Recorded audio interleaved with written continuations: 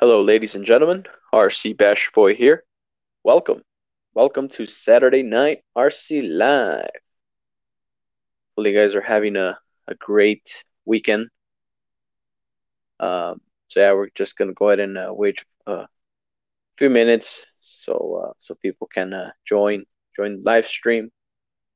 And we can get this show going. And while we wait, um, I do this little segment before I even start uh, my show. I do like to give a couple shout outs. And I'll start with first and foremost Sean's RC Adventures. Sean's RC Adventures. Also, he's a great guy, awesome content. He's really into crawlers. He's very knowledgeable with, crawler kits. Go ahead and check him out. So, next up in the list, this guy, the person that I'm going to shout out next, this guy is a really good friend of mine. He goes by the name of Axiomatic RC. Axiomatic RC, actually, he has been incognito ever since. But I hopefully, we will see a comeback from him. Also great channel, great content. That guy owns a little bit of everything, as a matter of fact, I did purchase the Traxxas TRX4 Blazer, and just because he also owned ones, he did a video with the LED um, light kit install. So that was a huge help, from him. Shout out to Axiomatic RC. If you haven't heard from him, go ahead and check out his channel and subscribe. So let's see here. And lastly, my final shout out that I'm gonna do for tonight is RC Nixter. RC Nixter, actually, even when I started uh, my channel, RC Nixter, actually, he has a quite extensive RC collection. He's really into crawling as well. And funny story. So before I was really into YouTube, he actually posted a video where he went out there, to do a trail uh, video. Um, I don't remember what vehicle it was, but it was a Honcho SCX-10, or it was just a regular SCX-10, and I think it was a Jeep, maybe the what it. I don't remember, but yeah. So anyway, so the thing was that it started to rain, and you could hear actually the water because there was a river, right beside, the trail, and you can actually hear the river get stronger and stronger because it started to rain, and unfortunately, he lost his RC, due to the river because it fell into the current. Okay, and yeah, I mean, many weeks later, he did say that he did recover it. So, it was pretty, at first, yeah, it was devastating, but, good thing that he found, his RC crawler many weeks later. So, yeah, go ahead and check out RC Nixter. If you haven't checked him out, trust me, you will enjoy the channel. So, now we have some people in here. We have Green Farg RC says, good evening, ladies and gentlemen. Hey, good evening. And we have a Big Head RC says, hello, hello. And Deuce RC says, what's up, bro? Hey, man, good evening. Welcome, welcome. So, so how are you guys enjoying your weekend? It's Saturday night. Um, so hopefully you guys are having a great weekend. So the vehicle that you see in front of you, this is the Mini Savage. Okay, it's made by HPI. It's the HPI Savage XX Flux. This thing. Actually, when I saw this thing, I mean, yeah, it was pretty cool. I've always wanted to own, a regular, full size Savage, but I never had the opportunity to do so. But I do own the mini version of it, which is, right in front of you. This thing has been a bulletproof platform. Uh, I really have nothing bad to say, about this vehicle. If I'm not mistaken, this is probably like a 1/14 scale. I'm not sure about the scale, but it's tiny. It's the mini version of a regular Savage. Um, but yeah, this thing is killer, man. This is one hell of a rig. So we have Bulgir RC Video says, "What's up, guys? Hey, man. Good evening, Uncle E." And RC Funds Diversions. Hey, man. Good evening. How's it going? Yes, this is the Ford F-150. So when HPI released this vehicle, hold on, let me see my camera. Zoom in really quick. Man, you. Uh, there it is. Okay, so when HPI decided to do the mini version of the Savage, they just did a very generic body on there before they went, with an official license vehicle. Right now, if I'm not mistaken, you can actually get this one, which is a Ford Raptor. You can also get a Chevy El Camino. I mean, I don't remember the year of the El Camino, but you can also get an El Camino. Um, and yeah, just the generic version body of HPI. I know now you can actually get the vehicle, with different color wheels, um, with a bunch of colors, etc. But this thing is still in the market. But yeah, the vehicles that would compare to this, I wouldn't say compare, but I guess to compete with is actually the Mini Revo. Okay, because the comparing the size, the Mini Revo and this, they do go hand on hand, as far as size go. But this thing is just pretty much a mini size Mini Revo. The neat thing about this, is that you can actually fit a full size battery on here. Okay, most of the people would be like, wow, wow. So it doesn't take small batteries. No, no, you can just get your. Actually, this thing takes a 2S or a 3S battery. Okay, and remember, it's tiny. Okay, so this thing, yeah, it's pretty cool. Like for example, the Mini Revo, you do have, I guess you would call them the side ports where you can just put your mini batteries. Um, and yeah, but this one you can actually fit a full size battery, and also the mortar is a 550 can mortar. So this thing it's a mini size with full size components. So yeah, and then we have RC Master in the house says, "Hi everyone. Hey man, good evening. Welcome, welcome." And also we have AKA Pitchin Kicker says, "Hey y'all. Good evening. Welcome, gentlemen." And RC Funds Diversion says, "Can you peel out your bed? I want to see if it rips your covers." I Funny story. This one time I think I was programming my Losi, was it the Losi Bahare? I was actually binding it to my DXXR, and I was doing the endpoints on the ESC, but apparently for some reason I just decided not to read the owner's manual, which that's a big, big, big mistake. So I was doing the endpoints, pretty much giving it throttle, and then it would beep, and then reverse, and then it would beep, and then neutral, and it would beep.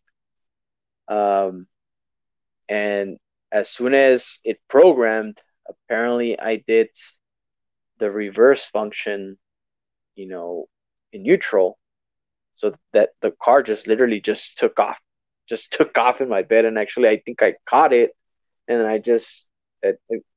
Good thing is that I caught it, and I was able to to disconnect the battery because it has the lower like a lower connector down there, and yeah, I was able to disconnect the battery.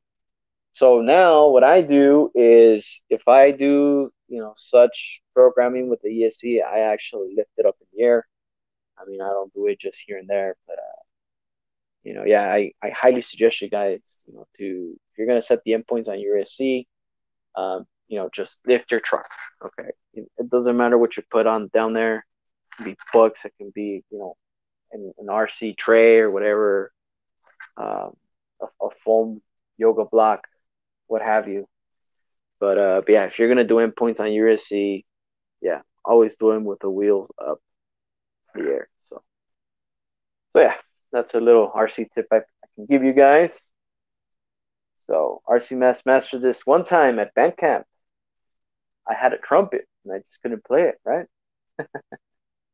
RC Recreation in the house says, "Hey, how's everybody doing tonight?" Doing well, man. How about yourself? Welcome, welcome. Hopefully you guys are enjoying your Saturday night.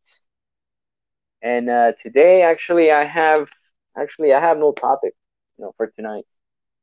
Um, Reason being because I had a busy week. I had a lot going on. I just couldn't think of something, to talk about. But then again, I have you guys here on the comment section. If you guys have any questions, any comments, anything in general, anything that it's RC related, anything that you would want to, talk to me, yeah, feel free to, ask away in the comment section. So, RC Master says, "What is it? Um, what is what? The truck? The truck. This is the HPI Mini Savage XS Flux. If that's what you're asking, unless you are asking otherwise, I don't know." Baba Kid Altered RC says, "Gabe and everyone, sup? What's up, man? Hey, good evening. Welcome. You guys are enjoying your Saturday. So, and of course, right now, I will give you guys a link. If you guys want to join, feel free to, just shoot the breeze here with me and just talk about RCs, talk about, your RC adventures, through this whole week. You've gone out, or if you broke something, or if I don't know, whatever you want to talk about, So this is what this segment is all about. So, yeah, and also I would like to do a update on what's going on here at the RC Bash Boy channel. Um, so I haven't had time to go out there and run my Kyosho Ultima. The Kyosho Ultima, it is ready to go. It's ready to run. Now, the only thing I need now is time to run it. Yeah, the irony, right? So, but yeah, I mean, I did mention it before, the car. I can say this, okay? So I've built a few Kyosho, the vintage re-releases, from many years back till today. Uh, and actually, I've enjoyed, building Kyosho kits. I'm not gonna say that I don't enjoy them anymore, but this last Kyosho kit that I built, um, actually it was yeah, it was challenging. It was a bit more challenging than the other ones. Um, I'm not gonna say that it was a bad, it was a bad build, but the manual did had, a few discrepancies on there, on the steps and parts and all that. So yeah, So actually, by the time I was done, I was like, okay, well, it is done. It is good to go. Actually, I think I lost, uh, the want, to actually build another um Kyosho kit as of right now. Maybe in the future, maybe all of this will pass. Hopefully, I can actually just look back and say, well, I guess I just had a bad day, or man, maybe I just overreacted. But yeah, my last Kyosho build, which was the Kyosho Ultima, it was it was a headache. So anyway, so it is built, it's ready to go, it's ready to run. The only thing I need now is time to go run it. So yeah, and also updates on the Losi lasernut U4. I did speak to my local hobby shop during the week, and I did ask if they can give me an ETA on the vehicle, and it should be here by the first or second week of September. So hopefully, fingers crossed. Since also, Horizon Hobby, they do put that ETA, but sometimes it tends to change. So, and right now that's where we're at, with the Lozi LaserNut U4. That is the ETA, for that vehicle, and it is coming. I'm very excited. I'm very excited to actually compare it with the Losi Tenacity DB Pro, which is, by the end of the day, it's the same thing. But the U4, features different parts, and it is slightly different. Okay, so yeah. RC Master says, I got the HPI Maverick Quantum Flux MT and XS brushless on pre-order. Huh. I do know almost the entire HPI lineup, but I've never heard of the Maverick. Which one's that one? And then you said the MT and the XT. So the MT is the monster truck. XT. Yeah, you got me there on the XT. So, huh. And let me see. Uh, and then we have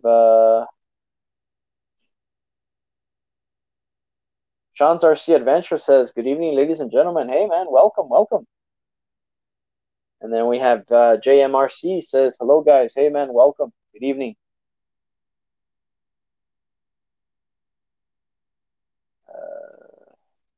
Let's see.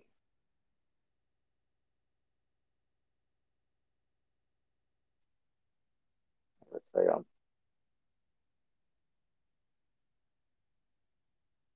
RC Master says, "I'm not interested in those types of RCs, but that lasernut looks good." Actually, I mean, I'll tell you this, man. There are the people that they just want to stick to a certain type of RC.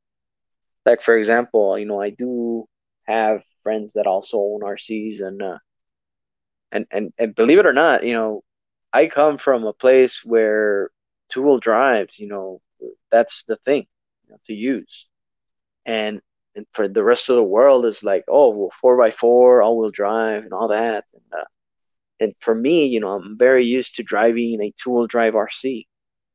Um, and actually, I have more fun driving a two-wheel drive than a four-wheel drive because, see, the four-wheel drive, it's a lot. It makes it simpler for you to turn. It makes it simpler for you to control it, even at high speeds, et cetera, et cetera. And the two-wheel drive, of course, it takes a little bit of more skill, to keep it straight, to you know, in general, you do need a little bit of more experience, with the two-wheel drive. And yeah, I going back to RCs, the reason why I bought it, and you should ask yourself, why did Bastard Boy get, the U4, the lasernut, when he already has. Look, I do own the Losi Tenacity, not the Tenacity, I'm sorry, the Losi Tenacity BE, which is still the same thing as the Tenacity DB Pro. But I got the DB Pro because I like the body. Okay, and it's actually an updated. It is an updated rig. I did do a slight comparison on the two, and now from the Losi Tenacity DB Pro to the U4, there's still some slight changes. So technically, it's not the same truck, but by the end of the day, it is. I mean, but at the same time, like, it's that slight. difference, you know, that actually got me curious. So that's why I bought it, you know. So so let's see. What's the best way to sell RCs? Oh boy, actually, I don't know, man. You know, that's a tough question. But if your mind is set, you can always you can always post an ad or just tell your friends, close friends, hey, you know what, I want to get rid of, some of these RCs, and if they're interested, hey, well, if the price is right, maybe you can make a good sell, But yeah, just go into any selling site, like for example, OfferUp or Craigslist, and yeah, so hopefully you can sell your RCs there. You can try maybe your local hobby shop, maybe spread the word for you, or social media itself. Um, that could also help you, sell your RCs. And actually, we do have a person here, and I'm gonna say his name. His name is Sean's RC Adventures. He did sell his favorite crawler, which is the Vanquish, and he actually sold it. So, and actually, he got a bargain deal, for from that. I don't know if I think he posted on Facebook Marketplace. I'm not sure, but yeah, he sold his Vanquish rig off of social media, and you know, so yeah, see, yeah, right there. See, look, Sean is saying, "What you're selling, barbecue, Facebook Marketplace." See, that's why. That's what I'm saying, and there's no better person for that recommendation than Sean's RC Adventures. So, Bubba Kate Altered RC says, "I don't have friends, Gabe."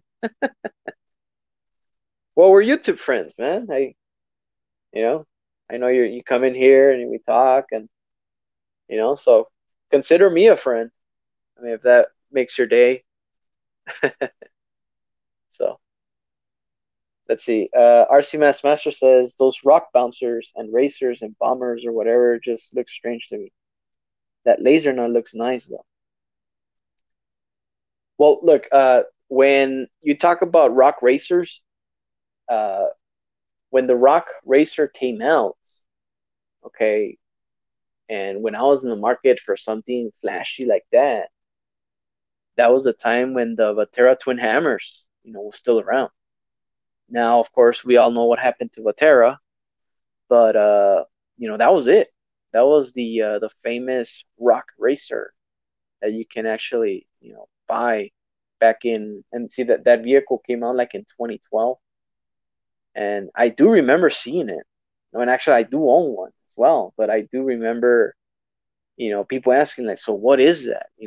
People were having a hard time categorizing, that vehicle.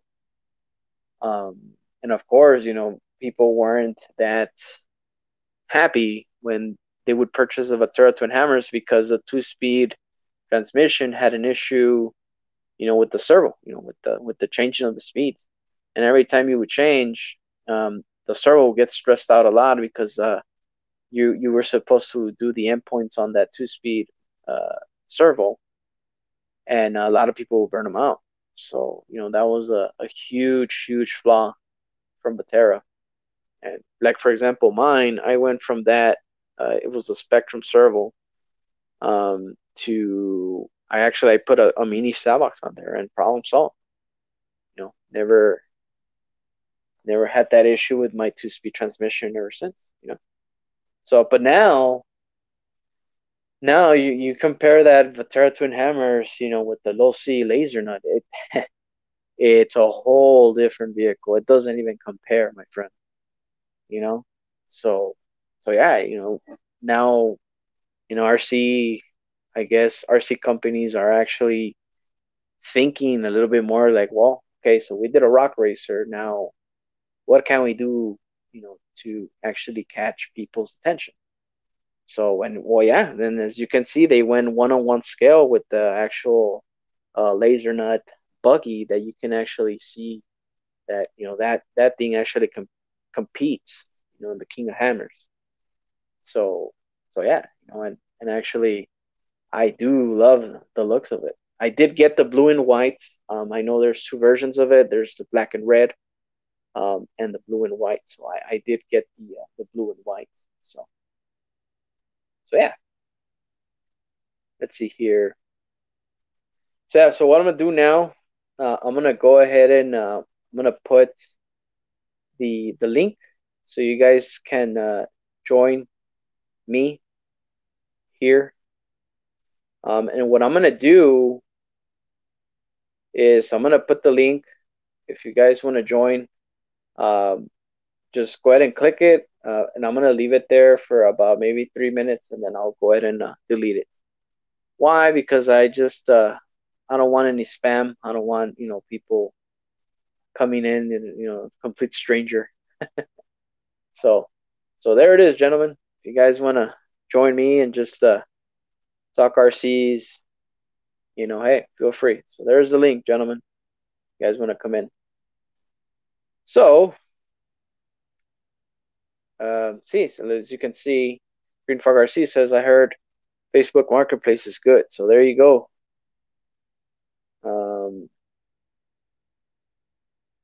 Let's see.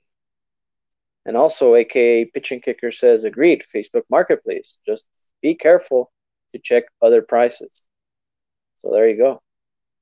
And Sean's RC Adventure says, I sold my UDR on there as well. So yeah, we can talk about the UDR really quick. So that vehicle, when it came out, okay, it was ahead of its time. It was just one of those things that it just looked really nice. The suspension was so plush. It was awesome, to see it in action. Um, the downfall of the UDR is, and I can guarantee you this is the reason why Sean sold it, is the batteries.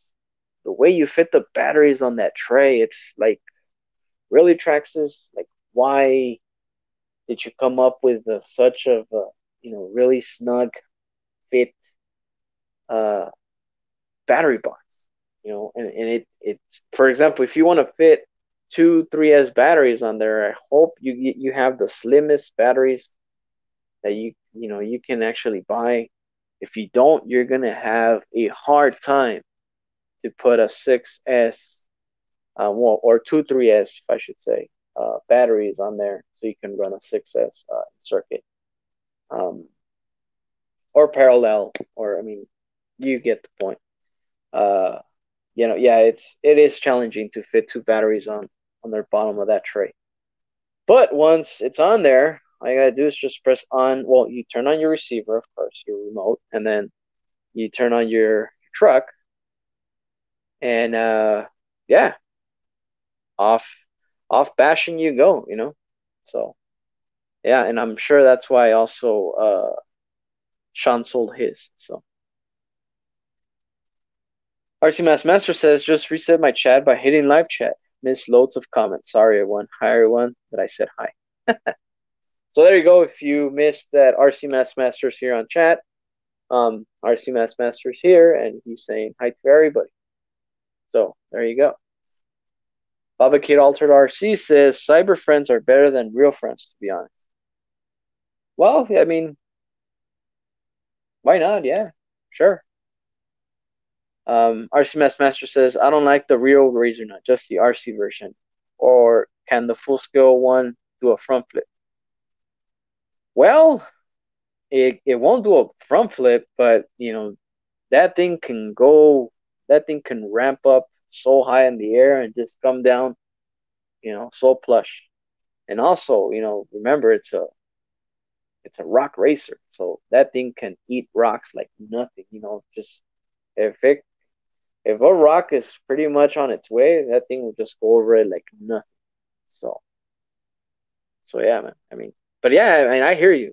If a real 1-on-1 scale can do a front flip, then I don't see why not. If people can get technical, with a one-on-one version to do a front flip. Yeah, I don't see uh, that would be pretty cool.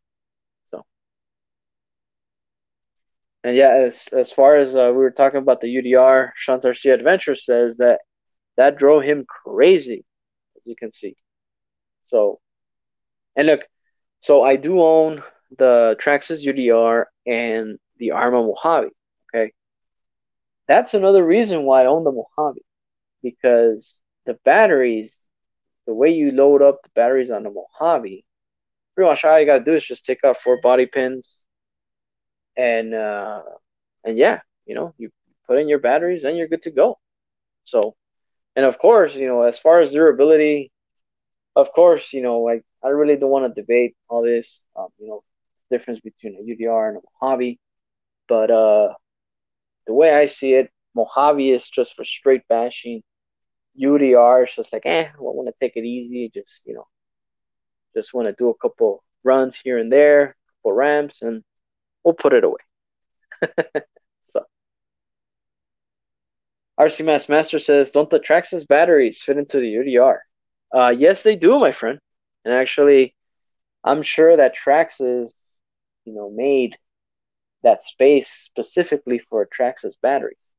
Now, the downfall of having Traxxas batteries is, well, I'm not going to say that it's a downfall, but based on experiences from people that have owned Traxxas batteries, uh, I haven't heard anything good, from the Traxxas batteries.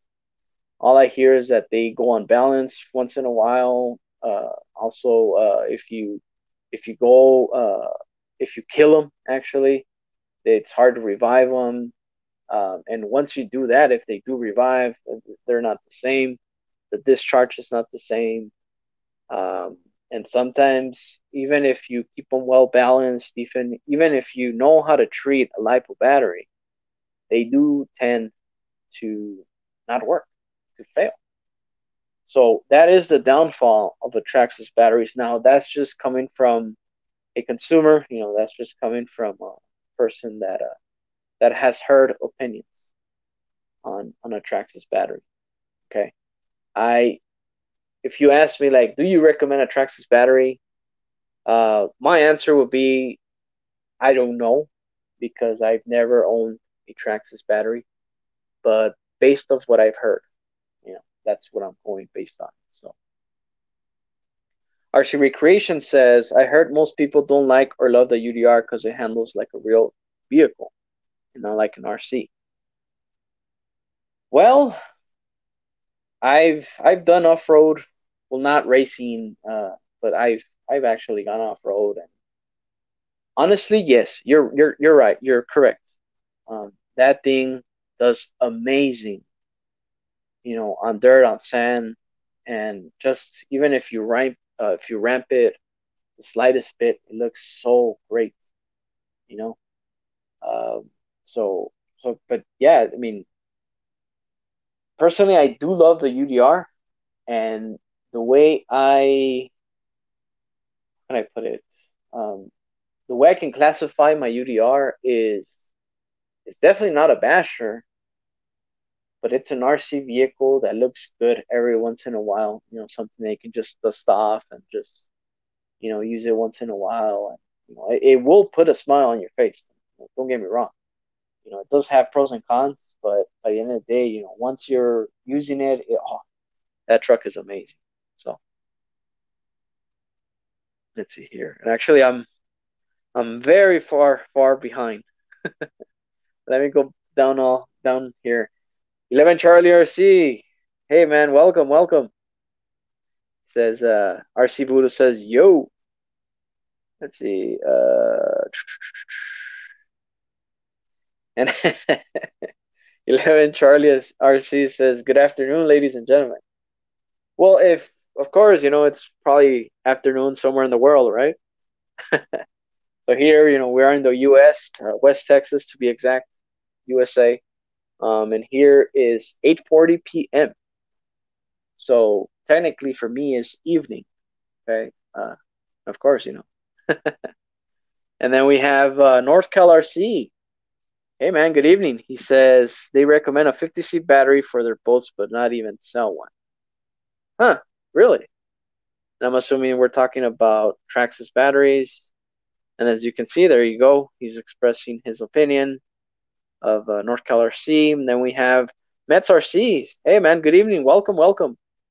And yeah, I'm sorry I lost track on chat here. And everybody who just joined us, 11 Charlie, RC Voodoo, North Cal RC, hey, welcome, my friend. And afternoon, for 11 Charlie says, apparently he's in Mars. Oh boy. Okay. Is there life up there? Water? Trees? I'm curious to see if there's trees. So I don't know. But yeah, he's in Mars apparently. So yeah. So yeah, as you can see, North Cal RC says, I love the way my UDR drives. I don't like how it breaks. And that's another controversial dilemma coming from a UDR user and myself. So look, and also true story. When when I was in the market for the UDR, actually it caught me by surprise because I was wanting a UDR, but I was still kind of iffy to see if I wanted to buy one, if I didn't, so on and so forth. And one of my good friends, which is Axiomatic RC, I also did a shout out to him earlier stream. One night he just emailed me. It's like, hey, you want to buy it? It's like, and I was like, yeah, of course. It's like, okay, well, I'll send me your address and I'll send it to you. And yeah, I mean, we did talk about price and everything, and next thing you know, I had a UDR coming to my house. So that was pretty cool, from Axiomatic, that I was actually, you know, I had the privilege of owning not just the regular UDR, but it's Axiomatic RC's, UDR. And if you guys are curious, actually, I did name that truck Axiomatic RC's UDR because it was his before. Now I purchased it, and now it's here with me. And yeah, I've uh, I've used it. It's amazing, but at the same time, if it breaks, I think I've used it maybe 3 times, and by the third time that I used it, the servo gave up. So I had to take out the body and even that, maintenance, even to remove that body, especially if you bought those the lights that go up here. Um, yeah, it's pretty challenging just to remove that body, for you to actually work on the inside the chassis. So yeah, so it is a bit challenging. So, but yeah, I mean, I did exchange the servo. Also, I did change out the receiver. Um, and yeah, and so far it's been great. I'm not gonna say that it's been bad, or I've had a bad experience. No, I mean, I do love it. By the end of the day. So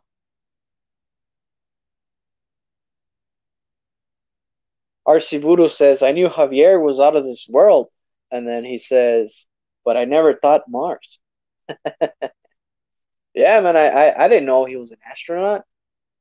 My question is, like, they do say that once you're up in space, you don't age much. Is that true?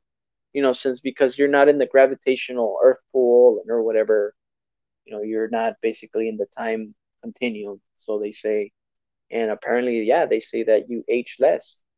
I've always been curious. I did hear that type of comment when I was in high school, I think, and it always stuck. So 11 Charlie, do you feel older up there? Do you feel younger? Is your weight the same? Um, what type of food are you getting in Mars? You know. So yeah, comment down below. Think so. Hey Tank, good evening. Hey, how's it going? Trying to figure this thing out on my phone, trying to figure out exactly how it works. I'm on my phone. You're on your phone, huh? Okay. Well, I'm on my tablet. So, and then we have Axiomatic RC in the house. Hey, welcome, welcome. Let's see. Let me see.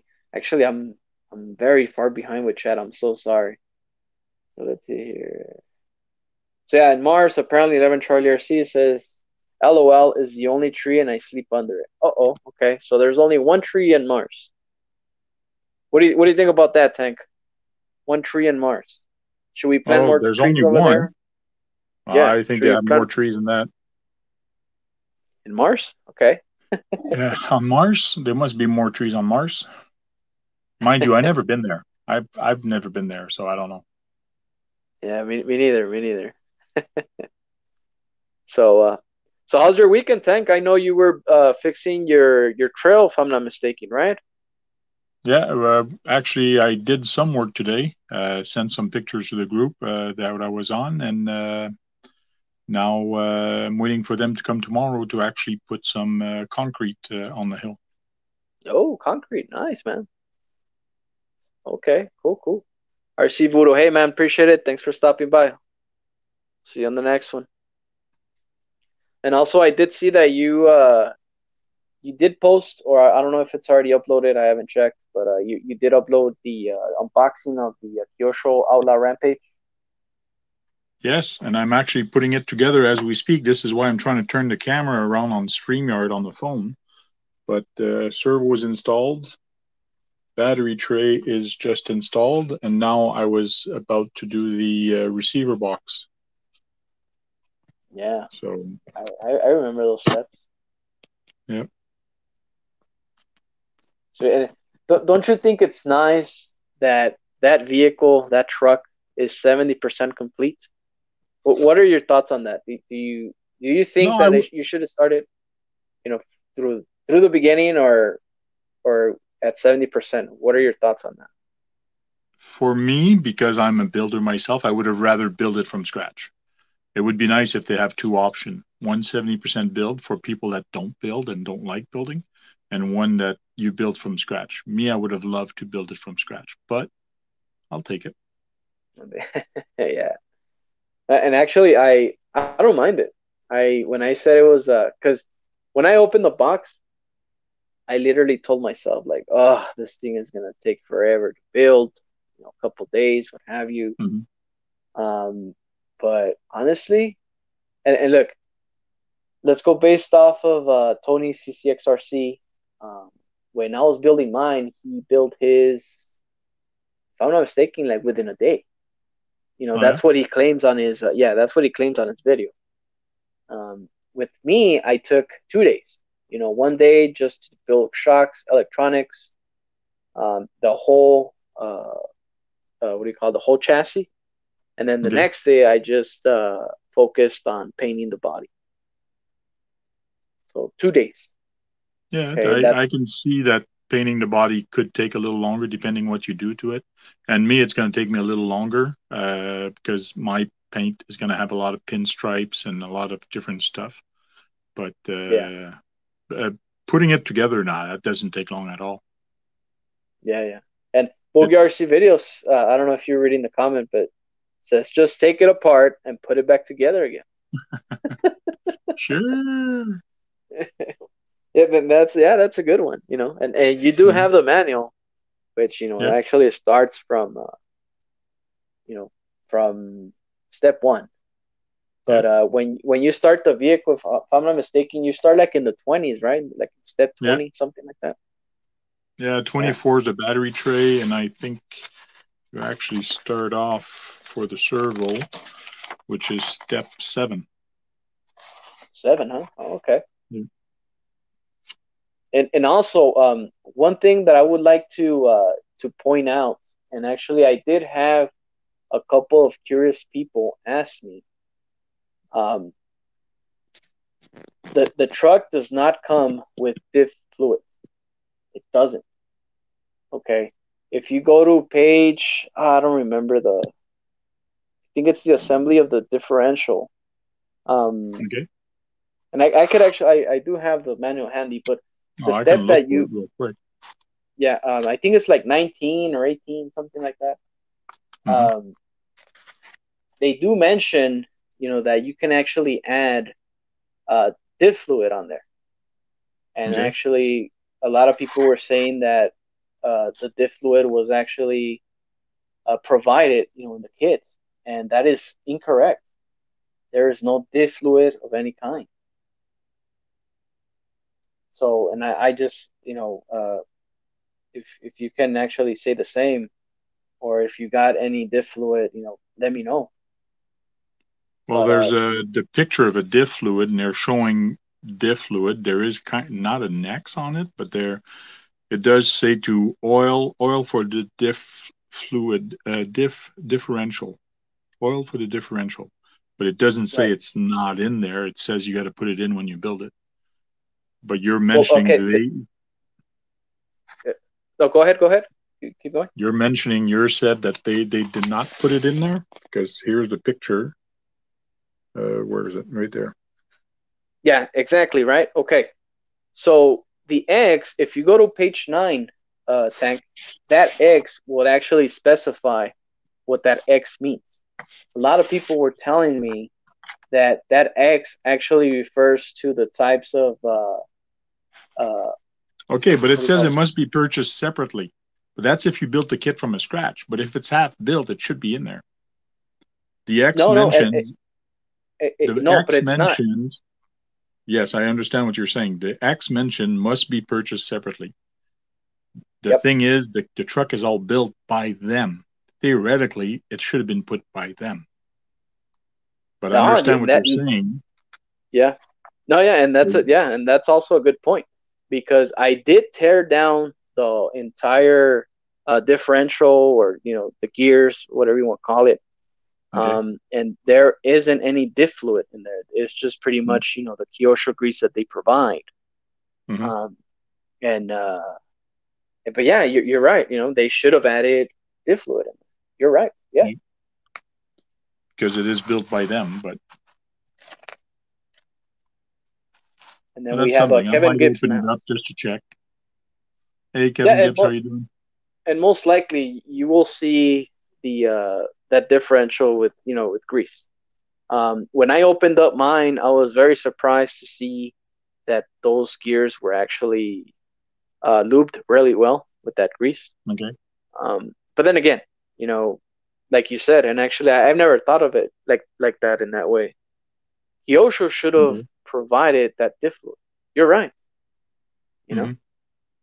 so yeah, Geez, it's complicated to switch the camera around. In StreamYard, yeah. you gotta go in the settings and change a bunch of stuff. No, you won't see my ugly mug anymore. So there it is, huh? Yep. Are you gonna put lights, and you're gonna what are your plans in general? Well, it's gonna be like the Hemi-Storm Yeti truck from Hemi-Storm.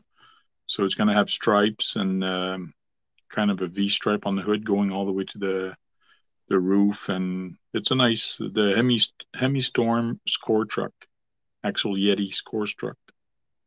Yeah. It's a nice paint job. I like that paint job. I contacted him. I told him, "Do you mind if I copy what you've done?" And he said, "Go for it." Oh, hey, nice, man. That's good So to it hear. won't be a perfect copy, but it's going to be the similar paint job style. Now, I don't want to put you on the spot or anything, but people that are watching at home, maybe they're kind of curious to see what vehicle you're talking about. Do you have any picture of the truck that you're talking about?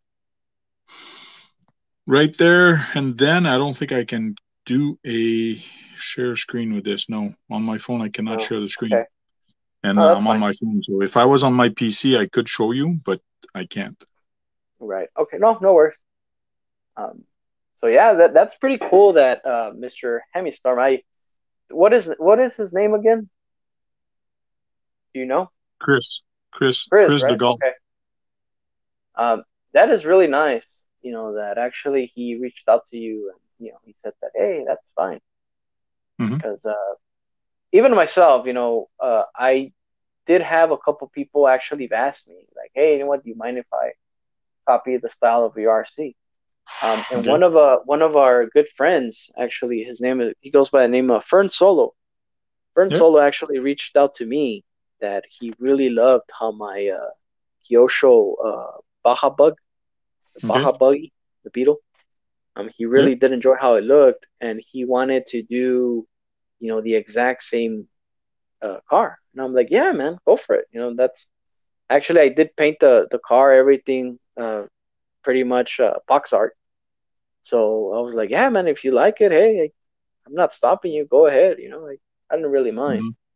So, but of course, there's got to be that one person like, hey, well, you're copying my style and this and that.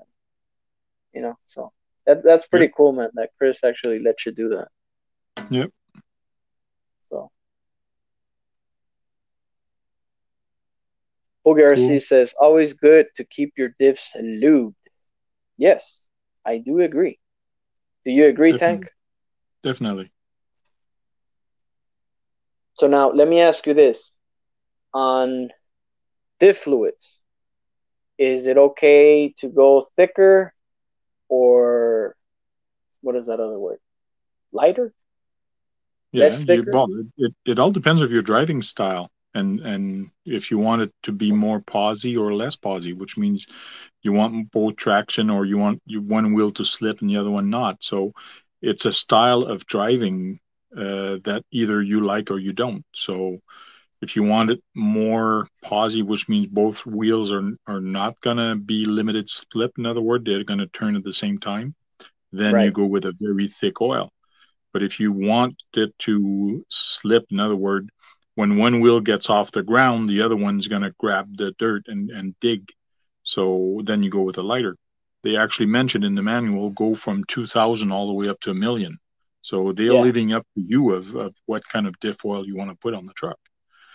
But if you don't know what your driving style is, just go with around in the middle. So you can go with something in the middle of the 2,000 to a million. So try one. Yeah. So what is your type of driving? And now especially because I know you're building the this Kyosho La Rampage Pro kit. So now, what is your driving style? Do you like the having traction almost all the time, or you like to have that free wheel spin? No, I like that free wheel spin. So I'm not going to go full oil. I think I have some like 50,000, something like that, or 100,000. I might put that in there. I don't know. I'll have to look what I got and I'll put whatever I have. And if I don't like it, I'll open it up again. I'll change it. So, Sweet, sweet. So and also, so we do have Kevin Gibbs in the house. I know I already said hi to him, but if I'm not mistaken, Mr. Kevin Gibbs actually he fell, fortunately, and hopefully he's doing better. Hopefully, you're recovering, and my thoughts and prayers go out to you as well, my friend. So thanks for stopping by, and hang in there, man. We're all here for you, man. So yeah, stay safe, stay strong. and then so we got Bulgar RC video says one wheel peel. Oh, that's horrible in real life too. But yeah, And then we have Sean's RC Adventure says, I feel bad, RC Rec. No one will copy my lipo. Huh. Oh, yeah, well, apparently Sean, he's not really that good with lipo batteries. Now, the thing with him is that not so long ago, he actually left his lipo battery plugged in into his RC. Gentlemen, is that a good thing to do? What do you think? Tank, what do you think? What are your thoughts on that? To leave it plugged in, no, but I left it in there before. Some people have left it in there also. Chris from GCM Racing left it after a competition, left it in the car, plugged into his car. I think he was unplugged, but left it in the car. The next morning they went and it actually caught fire in the trunk. So Oh the boy, lipo, really? yeah, the lipo caught fire in his trunk and burnt that truck. But with all the smoke and everything that was going on in the trunk, because of the smoke, it actually turned off the power because it actually ran out of oxygen, which was a good thing. But the truck was totaled. But the car was okay. In the morning, it smelled like hell, and they drove home and everything like that. But the car was okay. It was crazy. Yeah, yeah, that is crazy. And see now, from my point of view, it is highly unlikely that you will not damage a battery if you leave it plugged in. Also, if you do leave a battery plugged in, especially a LiPo battery, what you're doing there as well is that you're actually losing power. And another thing, it's active. Okay, so it's pretty much, like you said, anything that has to do with heat or any type of violent, maybe even a hit, that thing could just go up in flames. So, Mm-hmm. so yeah, so it's pretty important that you don't leave Yep. your LiPo batteries plugged in. And also, if you do own a high-end charger, I'm not saying to actually go out and buy a fancy charger, but if you have a charger that actually has the feature of balancing, I highly suggest you also to balance your batteries once in a while. Mm-hmm. Why? Because it helps them with battery life and the consistency of using them. um, it will last you a lot more in the future. So, and we have Bulgar RC video says, man, I throw my lipos on the floor while plugged into the wall and my trucks while flying on airplanes. Never a problem. Gee, No, he's been lucky. But yeah, right. you do that with hard pack. That's not a problem. But soft pack, if you bang an edge or whatever on a soft pack, it could be an issue. Yeah. And then Axiomatic says, I should make a lipo smoke smelling candle. Ew. That's it. And let me tell you, if you guys never ever smelled, the aftermath or the smoke of a lipo battery, it's horrible. It's like Mm. you're walking into. I can't even describe the smell, but it's not pleasant. But apparently, Axiomatic will be a for sure customer if they make a candle smell, from that, and it's a must from every RC shop. So, Cool. and RC Well, Recreation says safety first, but he said 21st, but I know he said yeah, safety. cool. So I'll let you go. I'll keep working on this, and we'll talk to you later. I'll keep listening. Sounds good, Tank. Hey, man, appreciate it. Thanks for coming in, and yeah, man. Well, I'm definitely curious to see what you're gonna do with that one. Cool. So, I'll be on the lookout for your all your videos and your builds and and all that. So, yeah, man. Thank you Have a very good much. night, and yeah, man. We'll see you on the next one. See you later. Later. See you all. See you all the people in the chat. See you later. Alrighty. So let me see here. Did I miss anything on chat? Uh,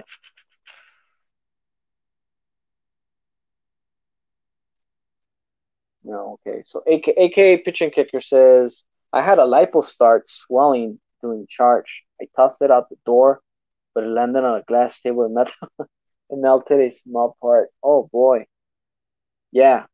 Once you see your lipo battery start to puff, especially while charging, you see when you see that, that's when you would want to maybe purchase a lipo bag or one of those lipo safes. But yeah, man, I hear you. Yeah, it is crazy, with lipo batteries. So, AK Pitch and Kicker says it's a hot fire. Yeah, and very smoky too. And see, look, with lipo batteries, okay, the the worst time for a lipo battery to ignite or to react or to explode is when you have it fully charged. If that LiPo battery has maybe 90, 85%, 90%, what have you, if it's almost fully charged or fully charged, it will turn violent. I mean, it doesn't matter what type of battery it is. If you poke one of the cells, or if you drop it, or you misuse it, it's gonna be violent. Okay, and the first things that you see is obviously you see smoke, and from that smoke, it's becoming to react. It's starting to react, I should say, um, and that's when fire comes in. So, and true story. Now that we're talking about LiPo batteries, true story. There's a YouTube channel. I think he goes by the name of Pete Willie. Pete, Pete Willie. Um, his RC room, I think, and it was the basement. I'm not sure, but or maybe it was one of the rooms from his house.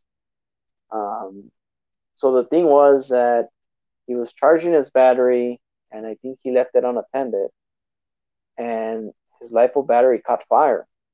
Okay, and while it caught fire, actually the fire got caught up, and if yeah, believe it or not, most of his RCs, went up in flames just because of that. So yeah, if you got to ask yourself, should I be better safe than sorry? That's when you actually consider, well, you know what, I guess, you know, I don't mind buying a LiPo bag, or battery safe. Um, so yeah, I mean, I do highly suggest, to actually keep up with your LiPo battery. One of my favorite tools to have, um, for LiPo batteries is this. I do use, the high-tech LiPo checker. Okay, so pretty much it shows, the voltage per cell, and then here it tells you, how much power you got on your batteries. So with this, you can tell if your batteries are fully charged, fully balanced, what have you. But yeah, to me, this is my lifesaver. This is something that I do recommend.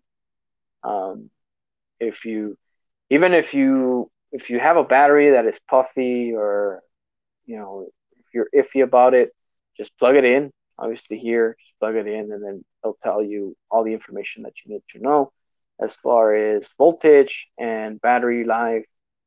Um, and even this, if the battery is not too off balance, this thing also balances it for you. I mean, it'll take a while, but it will balance it for you. So, so yeah, and I think this is probably like 20 some dollars.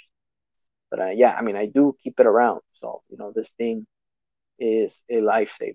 So, and of course, people have asked me, what types of batteries do you use? The reason why I don't talk about my batteries is because I I do have a dilemma with, the C rating. The C rating, basically, the higher the C rating, the more expensive, the battery is, and, the more current you have, once you punch it and what have you. Um, Honestly, I've always used, these types of batteries, and I'm gonna show them to you.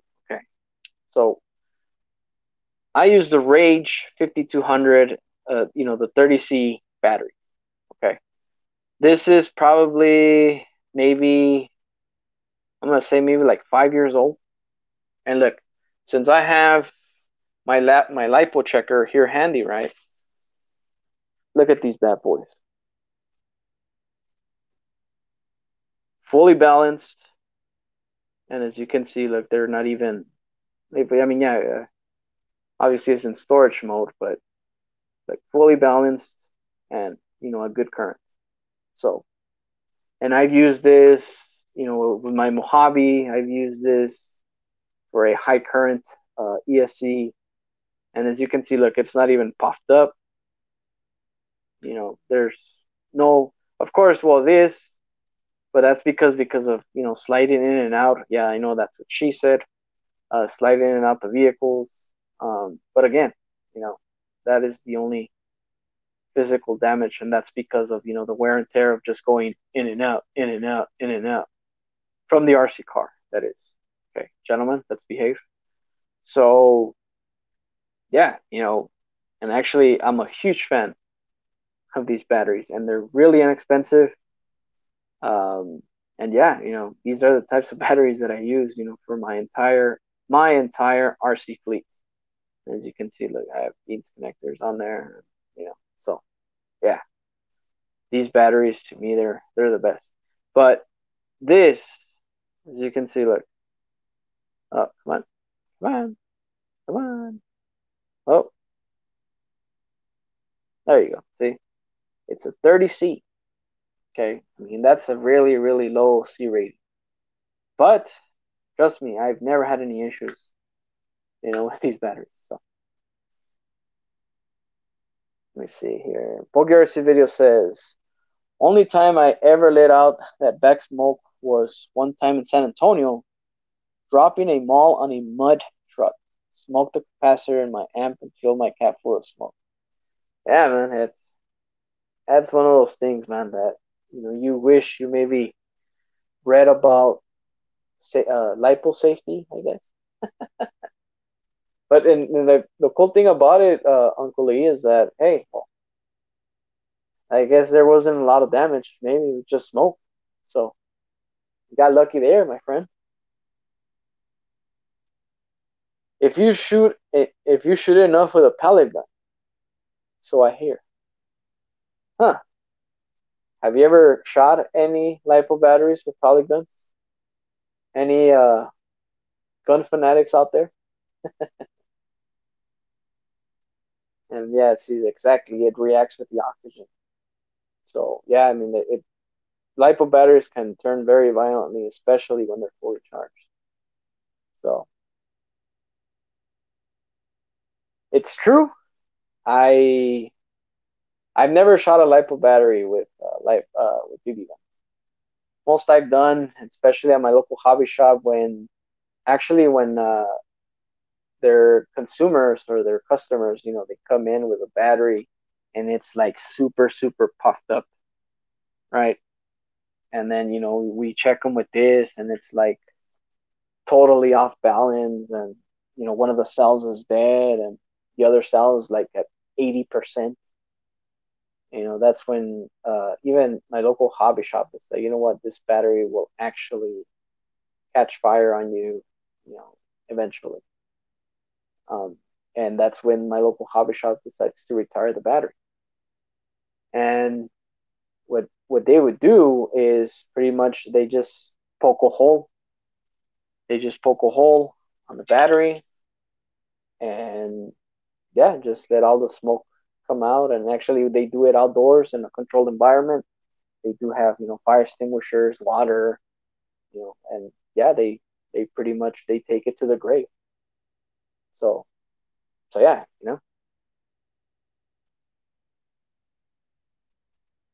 AK Pitcher Kicker says 30C times 5.2, 156 distinct amperage output. I and yeah, I know, like for example, you can get a 50C rating battery or a 100C battery, and of course, those are more expensive. And actually, even the Ma is at 52 or at 58, what have you. But they're more expensive. And for me, this Rage 52 30C battery, come on, camera, is has been amazing. And actually, I've learned that these are harder and harder to get, these lipo batteries. But yeah, man, I've actually had so much of a good experience with that Rage 5200 milliamp battery. If if you ask me if I ever bought any other batteries, like for example um, Venom, they are super notorious of becoming unbalanced after a while. And before I went to Rage, with the brand Rage, my Venom batteries decided to puff up, and I had to retire them because they just didn't want to balance, and that's scary. Okay, so for me, actually, I mean, I do consider, if a battery is starting to act up, that you should retire it pretty soon. So, and of course, that's just my opinion, but I know there's guys out there. It's like, YOLO. They put in pretty much plug them on their cars, and especially on the bashers, and they flip them, they break them, they bash them, and next thing you know, their entire rig is on fire. Well, all right. So Bulgar's video says no lipo, bro. 2000 watt CV amp with a 4D tractor batteries running it. See, there you go. And then we have Kurt Tarsi in the house, says, "What's up, man? Hey, good evening. Welcome, welcome."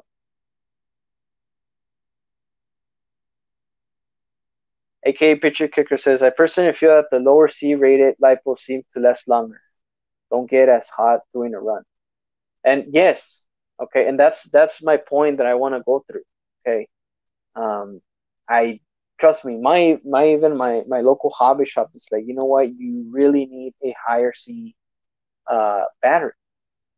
And honestly, man, these, look at it. Do you see it puffed up? I mean, do you see it damaged? Well, yeah, of course, you know that, but man, and trust me, this is years old. This is not pretty much new. This is, it's been with me for a while. You know, so yeah, and look, it's a 30C, and that's another reason why I don't talk about it a lot, but you know, yeah, it is what it is. But yeah, I'm very happy with my 52 amp 30C battery. And look, I think I used and actually, believe it or not, so this is a 2S, right? And so I do use my tablet to go live, and I use my 3S. I use my 3S LiPo battery, as my stand. And look, also, look at it, you know, and this also, a few years old, and this thing is baby. And also, let me see if you guys want to check out the let's see here.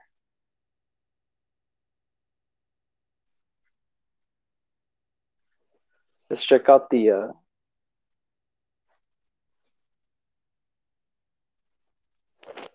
okay. So this one's a little bit low. We're actually at, well, actually there's two cells at 381, but yeah, it's not too bad. But as you can see, like we're at 36%. It's not too bad. But yeah, these batteries, man, they're amazing. And as you can see, look, this lipo checker is actually trying to balance, the two cells. And as you can see, they're at 381.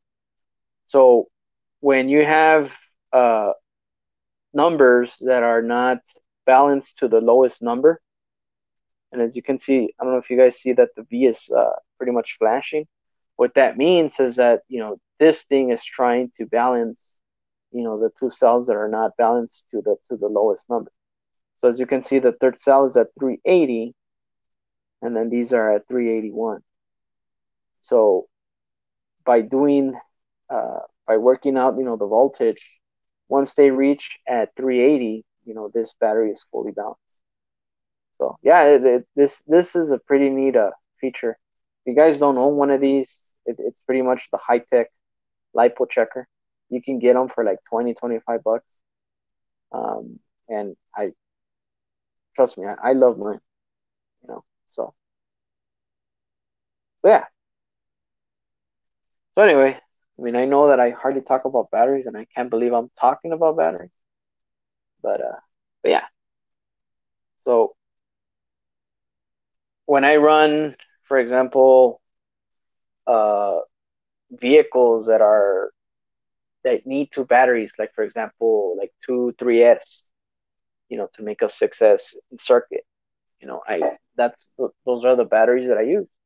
I do have several of the 3S Um, I do have, I think I have like four 3S batteries from Rage, and then I have a bunch of those the 2S LiPos also from Rage, and that's all I use. Really, I don't. I look, and I did have a 100C, and I don't even know where it is, but I actually had a bad connection coming from here, and I even took it to my local hobby shop, and they even said, "Well, man, I really don't know what to say, but yeah, the issue was coming, from the inside." So, and even at that, man, I lost a lot of interest, buying a awesome battery, so yeah. Sean Garcia Adventure says, "What do you normally?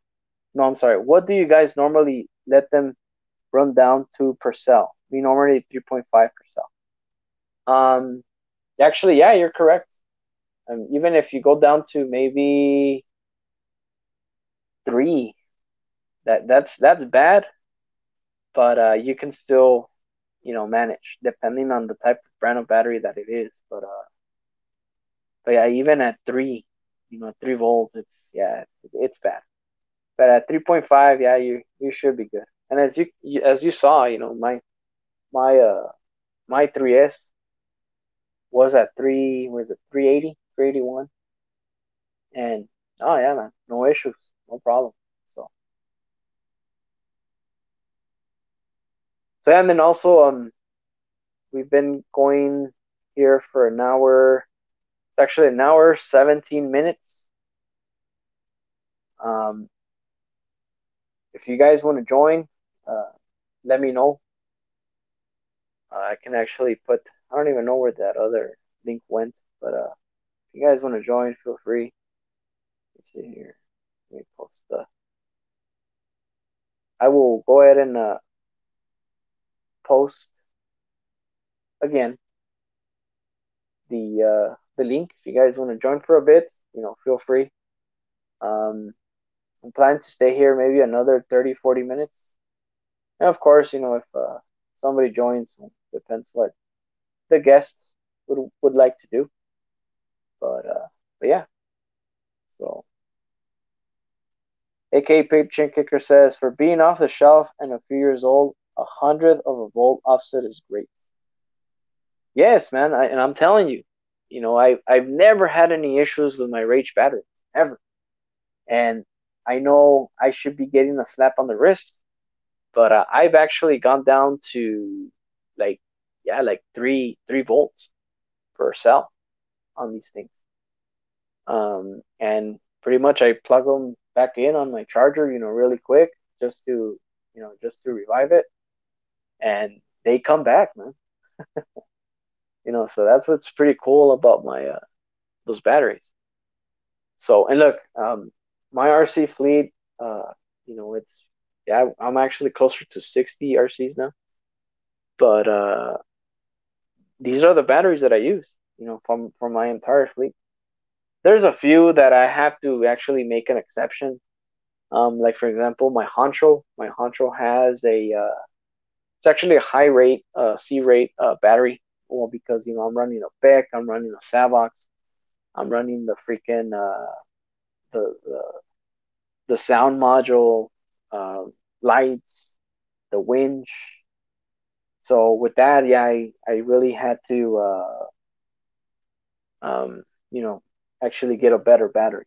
So from the exception of the Honcho, yeah, I use my Rage batteries for everything else, and especially for crawling. You know what I mean? I really do enjoy these batteries, specifically for crawling, and yeah, man, they've been a great battery. So we have John Martin in the house. Hey, man, good evening. How's it going? Oh, not too bad. Just running around in circles. In circles, huh? Oh yeah. So what's up, We man? What's new? How's your made weekend? two out of the 3A mains and finished like fourth and fifth in the 2As. Oh, Oh, okay, not too bad. okay. Yeah, that's not bad, man. So what vehicle did you run? That car you were fixing? Think you were fixing it yesterday? Oh yeah, yeah, yeah. I got both mud bosses out here, and the Corvette drag car that I converted over to the Pro Stock, and the Bomber here. Sweet, man. And then also we have Sean RC Adventures joining us. What's up, guys? How you doing, Welcome, Sean? welcome. How's everybody? Doing well, man. How about you? We're out and about racing. Yeah, nice. Some night racing. Well, it started this afternoon and it ends under the lights. So What is that you're racing? A slash? the mud bosses and they're all four of them are 2-wheel drive slashes. Sweet. Cool. So what's the record there, John, for the most laps? The fastest lap so far? Well, yeah, or the fastest lap. Yeah. 597, I think it is. Isn't that what the fast lap is, Tom? Yeah, 597. Okay. And what's the average? The average is probably about 7-ish. 7. Oh, okay. So yeah, that's a difference. That was cooking. Yeah. But I don't think there was one thing legal on that car in that class that ever was run, so it don't really matter. So I don't know if you saw the AK Pitch and Kickers comment there, Sean. It says 2.8 for storage, 3.3 minimum is what I usually use. Yeah, I did. I wrote back there because I normally run it till it stops. Like, you know. Yeah, no, that's bad, man. You're actually killing your life. When the truck stops, then I change the battery. Let's see, RC Recreation goes down to 3.2. It says 3.2 absolute lowest, but I turn off when I notice power lag. Never let it stop moving on its own. Actually, yeah, once you see a difference in power, that is for you to actually check your light bulbs. So. Well, that'll work. A couple sitting right beside me now. What are they at? Yeah, they're not too bad. They're 3.8. Yeah, and normally at 3.8, that's probably like around maybe 30-40% battery. So and also, you know, people that are watching at home, if you want to do a LiPo storage, just stay on the 3s. You know, 3.2, 3.3, 3.4. You know, max. You know, that's pretty much what a LiPo battery should be in storage. So. But if you go higher, like 60, 70, yeah, no, that's too much. So.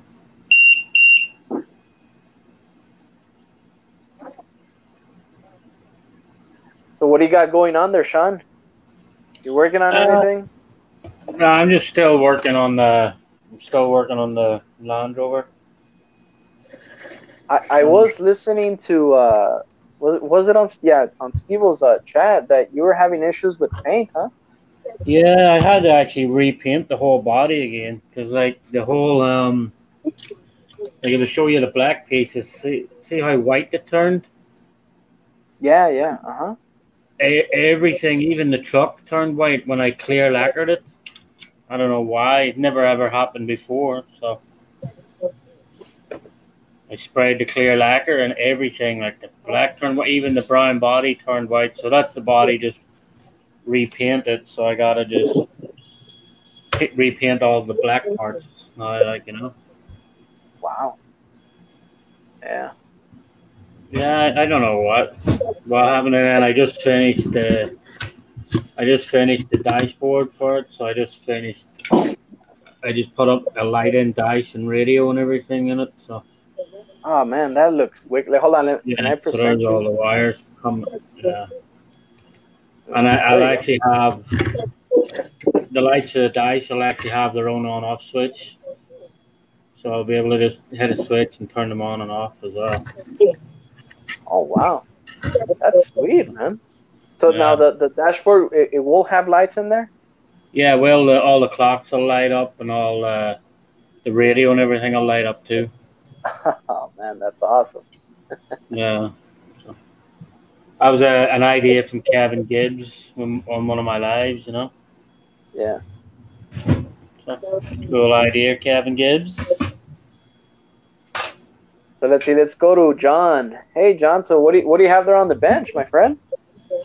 Oh, that one's the Pro Mod. That one's an abortion. And a boy. That's the drag car that got torn apart. Made a dirt car. It has about, what's it got? It's got slash arms on one side, rustler arms on the other side, isn't it? Yeah, banded arms on the inside, slash arms on the outside. Oh man, that's a Frankenstein. Yeah. Yes, it is. And the doctor needs to do some work to her. Are you running beat locks on that? Yeah, you are, huh? Yeah, I am. Yep. Where are those? The Pro line? Yep. That's sweet, man. What kind of tires are those? Them ones are. They're the shoot. The Goosebumps. Goosebump, huh? What brand? Of Pro line? Pro lines, yeah. Oh, okay. Yeah, they're those are for buggies and stuff. That's a sweet looking car. So I'm assuming that's a Corvette. Yeah, that was that orange Corvette drag car I had. Yeah, and you trugglified it. I trimmed down the side fenders on her and cut the front fenders right out of the one side of it. Ooh, look at that. That's fancy, man. That looks really good. She's fast. Yeah. Should have made that. C made. That's what I did. Oh, you made B. So this is actually a good question. Even the people on chat, and I know, for example, Sean and John, they do own slashes. But when you first got a slash, what was your thought of it? Like, were you surprised? Were you, bummed out? What I actually, when I first put 3S in it, I was actually surprised with the speed of it. When I first got one. I was like, whoa. Now, do you own the 2-wheel drive or the 4x4? The 4-wheel drive, the 4x4. Yeah, dude, it's a solid rig, huh? Yeah, it's good. It is. Like, I honestly, like, it's set there. It's done. That's it right there. With the Raptor body and all on it. Yeah. But it hasn't even had a battery in it for about a year. I thought you said no shelf queens, Sean. What's the word with Well, that? if you see it, you'll see it's no shelf queen. No? It's been well abused, Drive So it like look, it's stolen, but you haven't. when I got my slash, actually, I don't know if you guys follow or heard of the RC Element. RC who? Element? Oh, the Element. Mm-hmm. Yeah, the RC Element. Yeah. So, and I'm talking about many moons ago, maybe about 4 years ago, probably 5. I'm not sure, but yeah, a long time ago. Yeah, like 5 years ago. He decided to add the 2.8 trenchers on his 2-wheel drive slash, and actually he got the body of the Mike Jenkins slash, which is all black, and then he decided to add the 2.8 trenchers on there, and oh man, it looked amazing. And I think because of him, I'm not gonna say it other channels, but because of him, those trucks became popular. Because your monster slash is awesome looking. Yeah, Yeah, thank you, and yeah, and that's where I got the idea. Yeah. And actually, even if you go to some of the videos that he has from that truck, you can actually see my comments says, "Hey man, I copy your idea. Hopefully you don't mind, but it looks amazing." And yeah, man. And actually, when I saw that at the time, I didn't own a Slash in general. I didn't. So I placed the order. I placed the order for the trenchers, the Proline body mounts, and yeah, just pretty much I took out the brush mortar because I did get a very basic Slash. I didn't get the Yeah. brushless, but yeah, I took out the brushed mortar and I put a castle on there. And yeah, I just modded the body, the mounts, and there you go. So it was an amazing look, and it still is. If you ever want to truckify a Slash. So, Yeah, and I no, think even Steve your monster Slash is killer. So. Thank you. And actually, recently I haven't showcased it much, but I did change the body. I mean, I did take out the Mike Jenkins Traxxas Slash body, and I did put I think it's a '78 Chevy truck, and I went box art, with that Proline look. Yeah. So yeah, it's yellow with a black hood, and yeah, man, oh yeah, man, I'm very happy with my Slash. Durability wise, also, I've sent that thing, big time. I've actually crashed it big time. And yeah, I mean it's good RC fun, with a Traxxas Slash. Nothing can go wrong, man. With a Slash, honestly. So. Yeah, they take a lot of abuse, Yeah, yeah. I actually think it's like I know people say armor tough, this and that. Like the Slash is way tougher than a lot of them bloody armors out there. Yeah, and I'm gonna agree. Because my Slash, even with the stock servo, with a stock servo and those big old 2.8 trenchers that I put on there, man, it was amazing. And actually that servo took that abuse with those big old tires.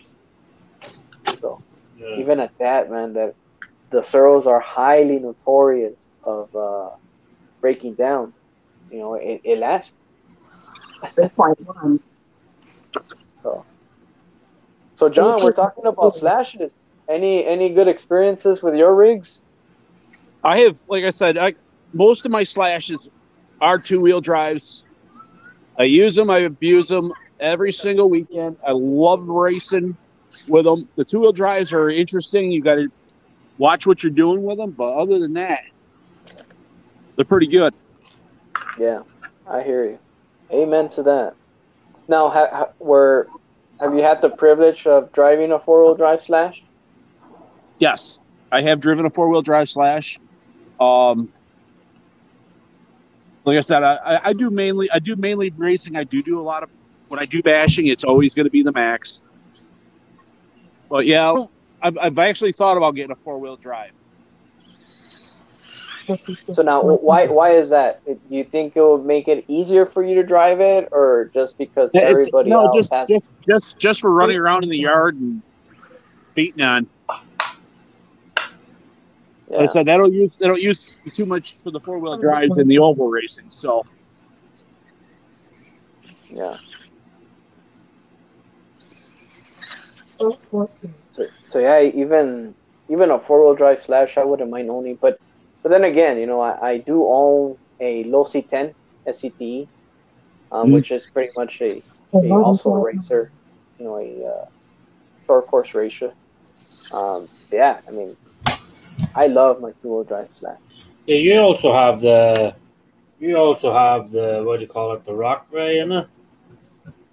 Yes, I do own the Rock Ray, the Losi 10 SCTE, SCDE, the Losi 10 SCDE Pro, to name a few. Yeah. So. What do you think of that? Is it the 110 Rock Ray you own? Is it? Yes. What do you think of that? Is it a good truck? Well, when I learned that they came out actually the video that Horizon Hobby put out there, it looked awesome. Okay, and pretty much they were just bashing it left and right, and it looked awesome on video. But when you're actually driving one, you actually realize, how poor, it handles.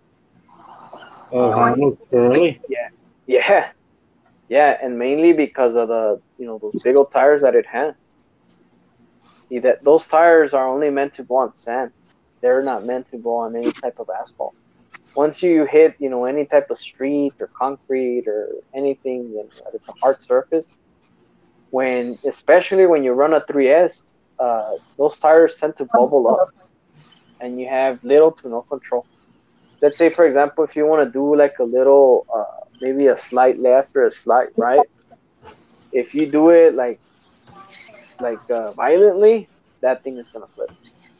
I mean, it doesn't matter how well you. Yeah. Oh yeah. Yeah.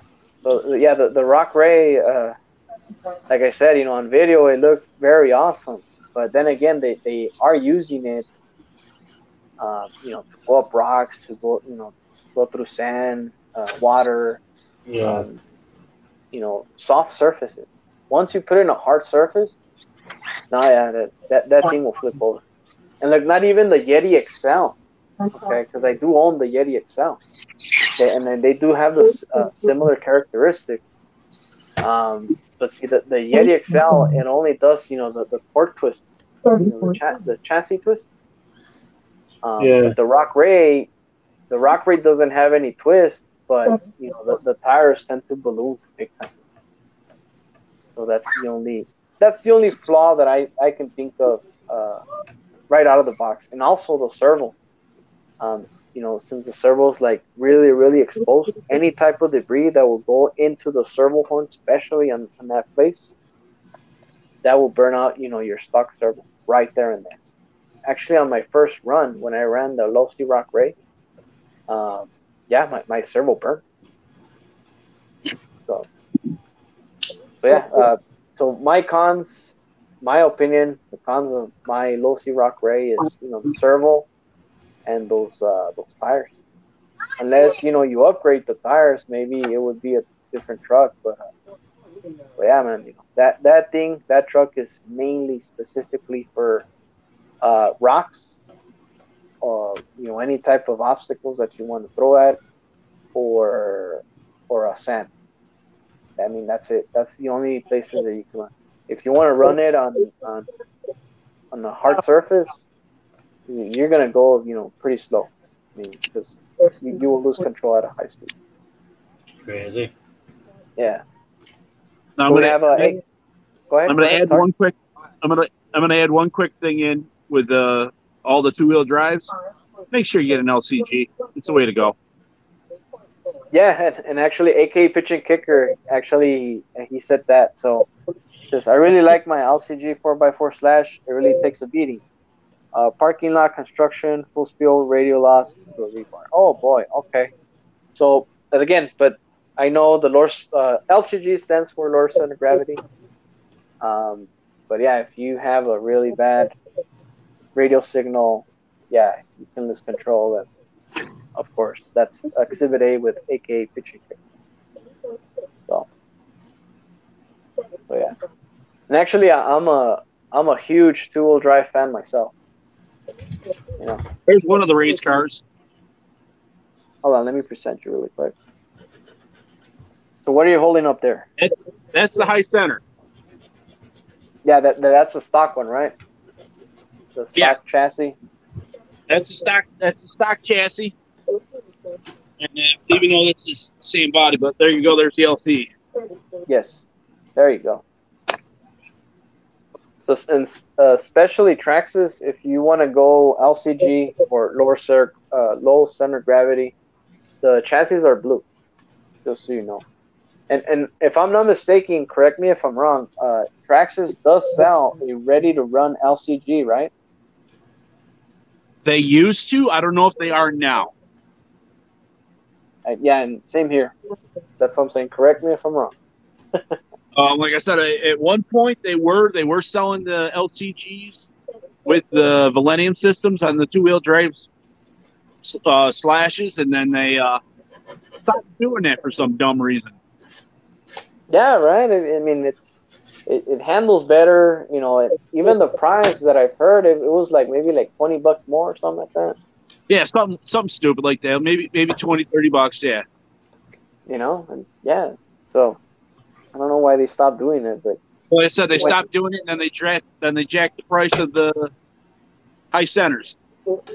yeah. So pretty unfortunate, but hey, oh well, right? Yeah. So it's $40. Yeah.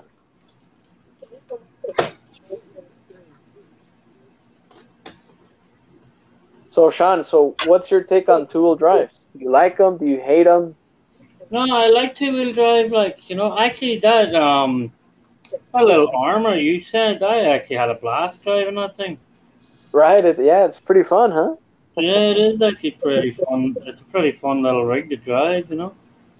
Yeah. I agree, man. You know. Yeah, it definitely is. Like, I wasn't expecting it to be that much fun, but it sure was.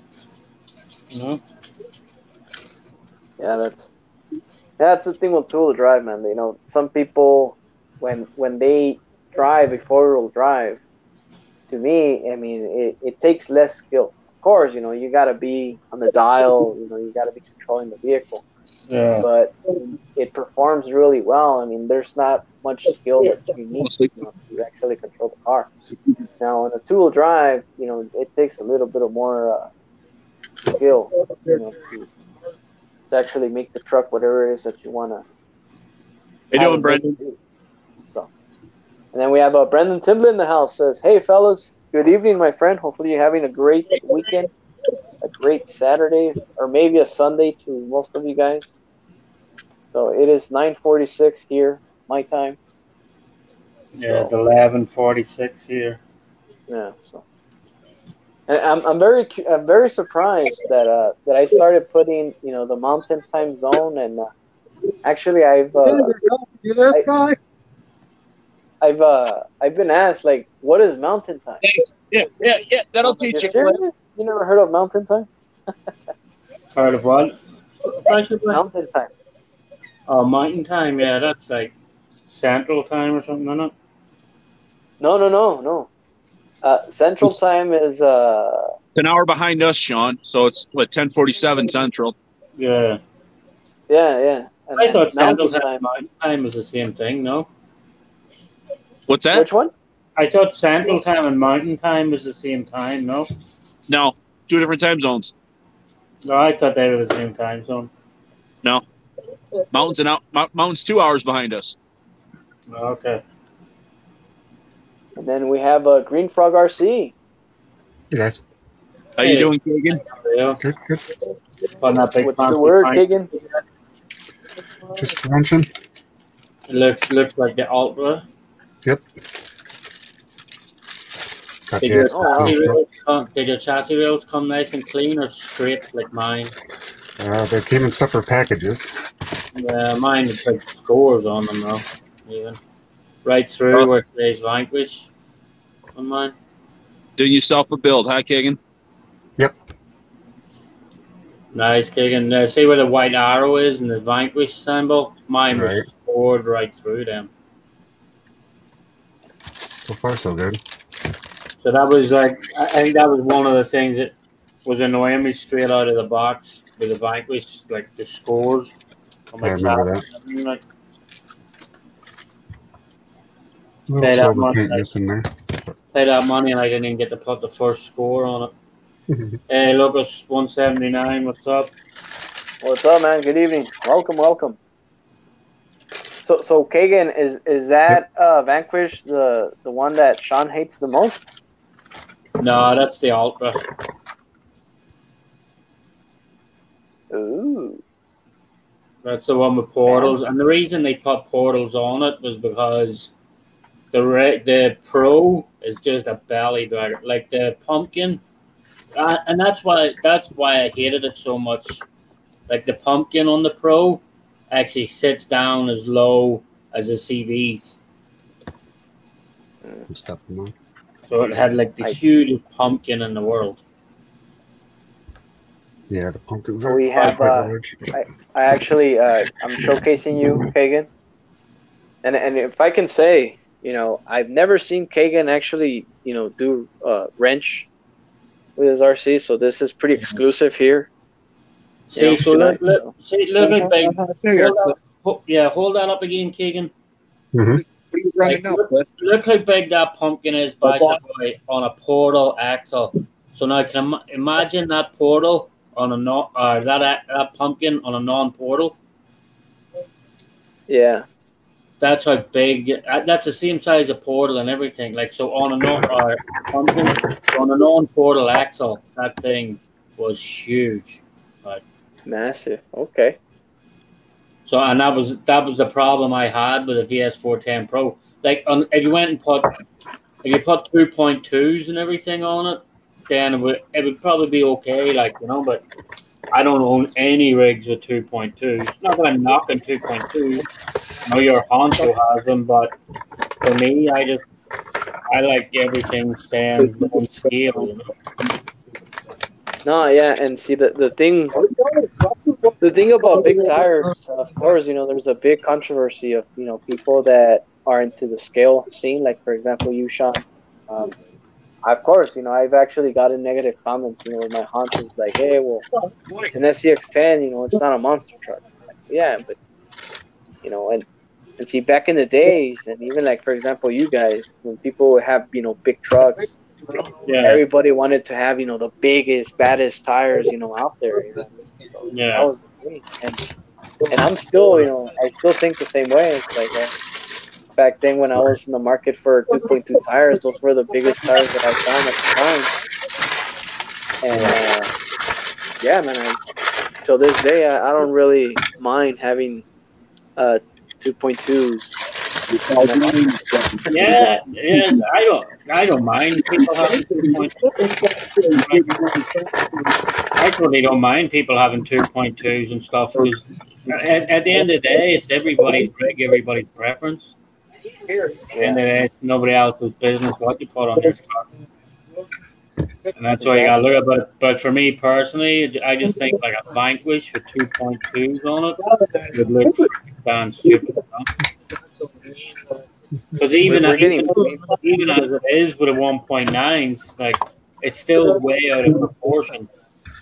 Like the body is a little small even for the actual how far the wheelbase is with 1.9s.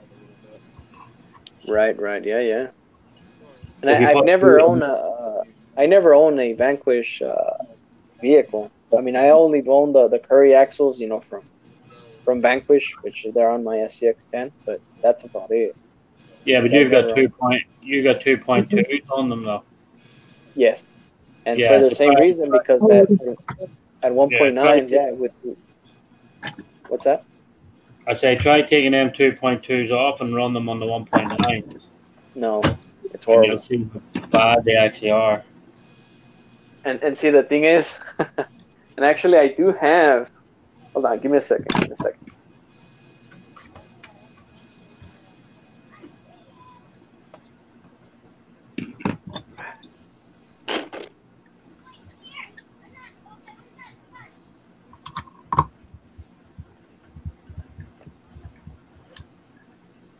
Okay, so I still have, the stock tires, from my SCX10 Honcho, believe it or not.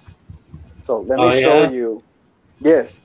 So let me show you what a 2.2 in a stock 1.9 tire look like. So that's a 2.2, right? Yeah. Okay. Here's that 1.9. Yeah. Like look at that. Now, if you turn the front of your truck around and look at the size of them pumpkins on the Curry, yeah. So imagine let's do that. Yeah. So now look at the size up. Imagine that on the 1.9. God, this thing is heavy, man. Oh, come on. Work with me here. Hence the name Fatty. Come on. There you go. Yeah. Okay, there. Yeah, so look at the difference in the size. Look how low that pumpkin is already on the 2.2s. Yeah. So can you imagine how low that thing would be on the 1.9s? Yes. You know, so that was the problem I was having with the Vanquish VS410.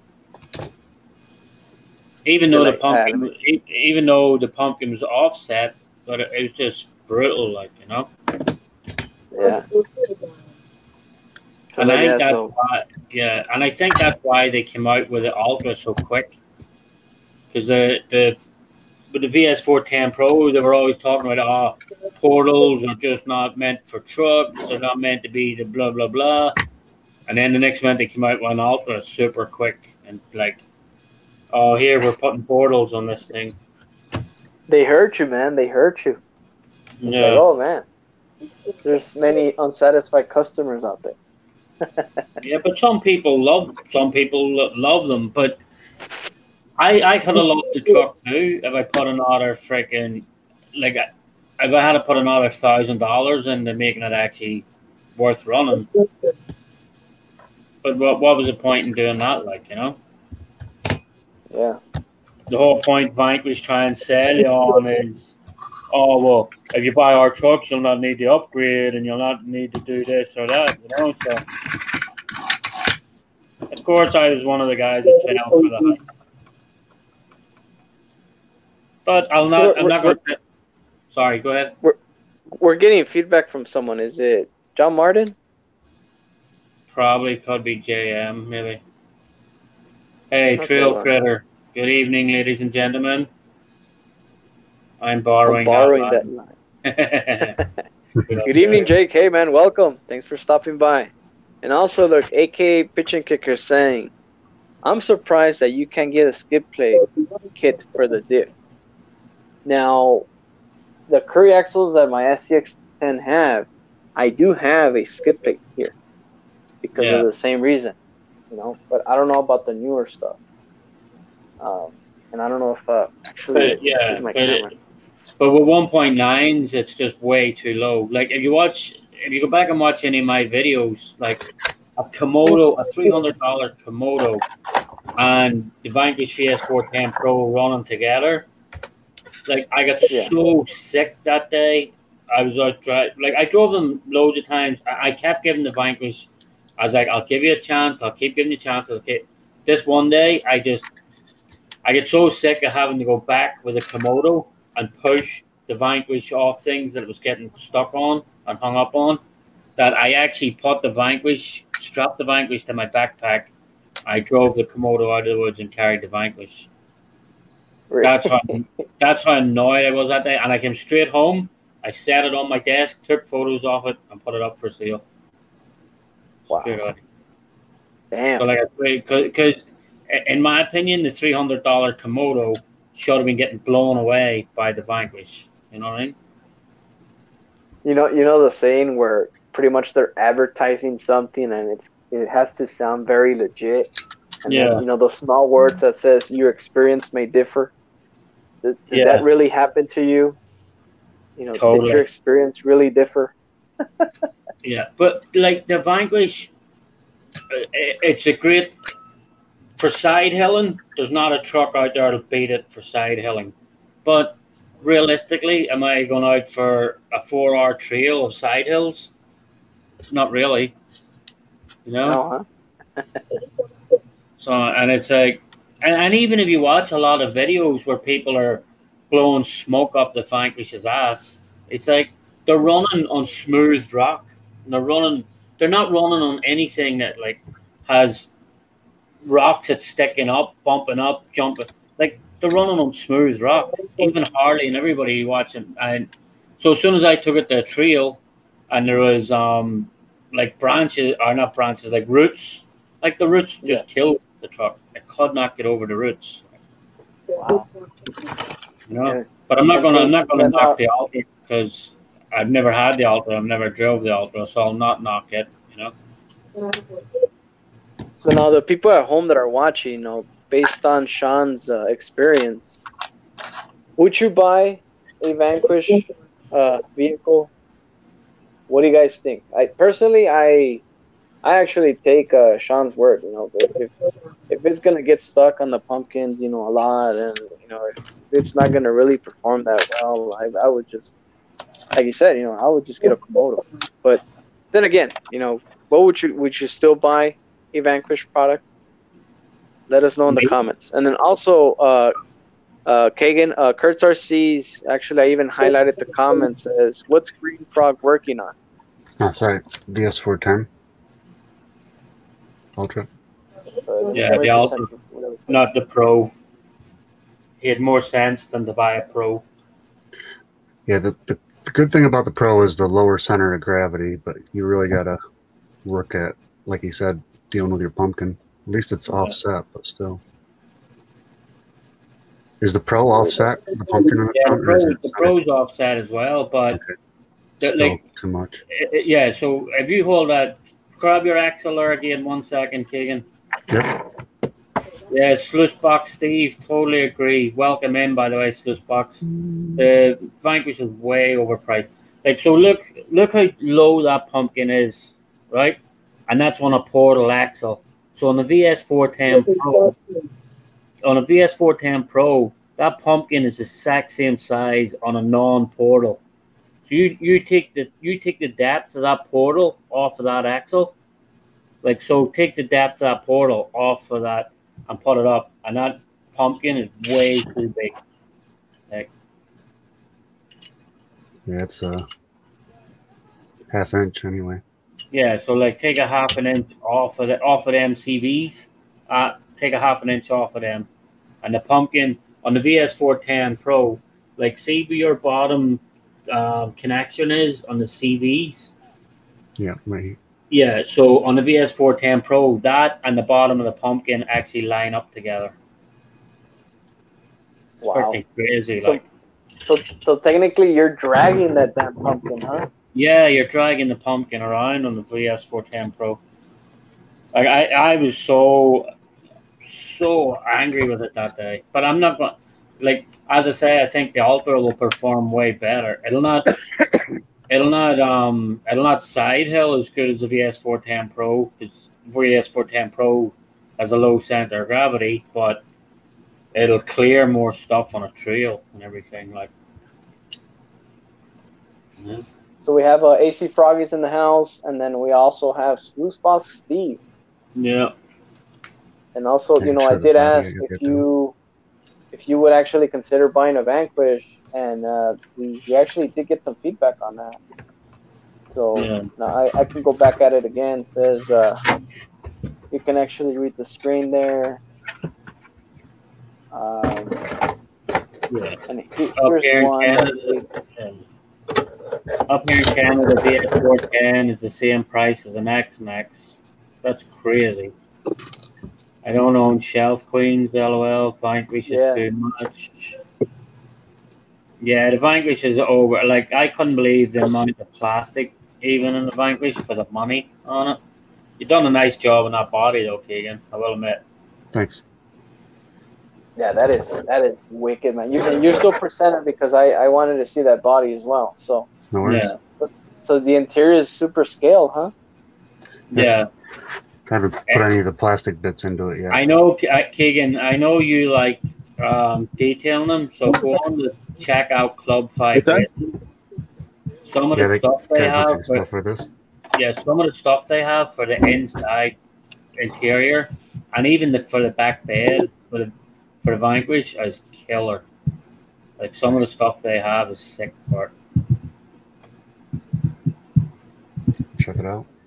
Yeah, so check it out. If I still had my VS410 Pro, I would have all of that stuff. I still have my manual on my box. That counts. Nice. Oh, yeah? Yeah, but I sold that thing so quick.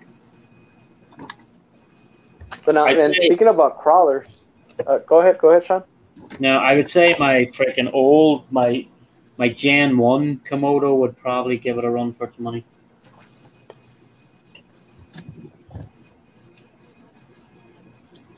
Yeah, and I was going to ask you guys. Go ahead. Oh, no, I was going to answer Sluicebox. Yeah, Sluicebox. The TRX4, my Vanquish couldn't even stick with like my Broncos up there and my Defenders. They couldn't, but the thing that made me sell it was, see, it's hard to point. See that orange Komodo, the Gen 2? That Upper single Komodo, one. like, completely. So hold on, let me grab this one. So this thing completely embarrassed the Vanquish. Like, I think I even made a video and I put like little bubbles in it, calling it a Vanquish and everything. But this thing just like, because they were even smart enough, and see the way their pumpkins are. Like, they actually built their pumpkins backwards, so their pumpkins even turn. That gives you huge clearance. Like, so their pumpkins actually are tilted all the way back in an angle. Like everything. So they built their pumpkins upside down. Which is really clever. So now this is where the questions get tougher and tougher there, Sean. So we understand that the Vanquish. Now this is where the questions are going to get a little bit tougher. We understand that the Vanquish is not very in your favor. So you do own the Komodo and the TRX4. Now, which one would you choose from the two? Honestly, I would. It depends what I'm going to do. Like, I love the Komodo. I love driving. The TRX4 though, that thing will go wherever you want it to go. So it depends where. It depends what, but honestly, like, if I was to grab one, the Komodo, without a doubt. Huh. Yeah, so if I was especially that Gen 2 Komodo, that the thing is just wicked, like, you know. And then we have a Trail Critter RC says Vanquish equals fake news. Yeah, that's why I call it Vanquish. I don't even call it Vanquish. I call it Vanquish. You know, because I have the old Komodo sitting, like, there's the Gen 1 Komodo and there's the Gen 2 Komodo. And then the TR or the, but to say that Range Rover, if you want something for realistic driving, that Range Rover, man, the way that Range Rover moves out in the, like, just the body movement in that Range Rover is crazy, like. So now that I asked you, Sean, now we need to ask Kagan the same question. Now, well, not the same question, but for your take, which is your best crawler, Kagan? What brand? SCX-10 2. Axial. Oh, sweet! Look at that. We got Axial in the house. You. Well, that Range Rover is Axial. That's an SCX-10 2. Yeah. Is it? Oh, okay. Yeah, that Range Rover is completely SCX-10 2.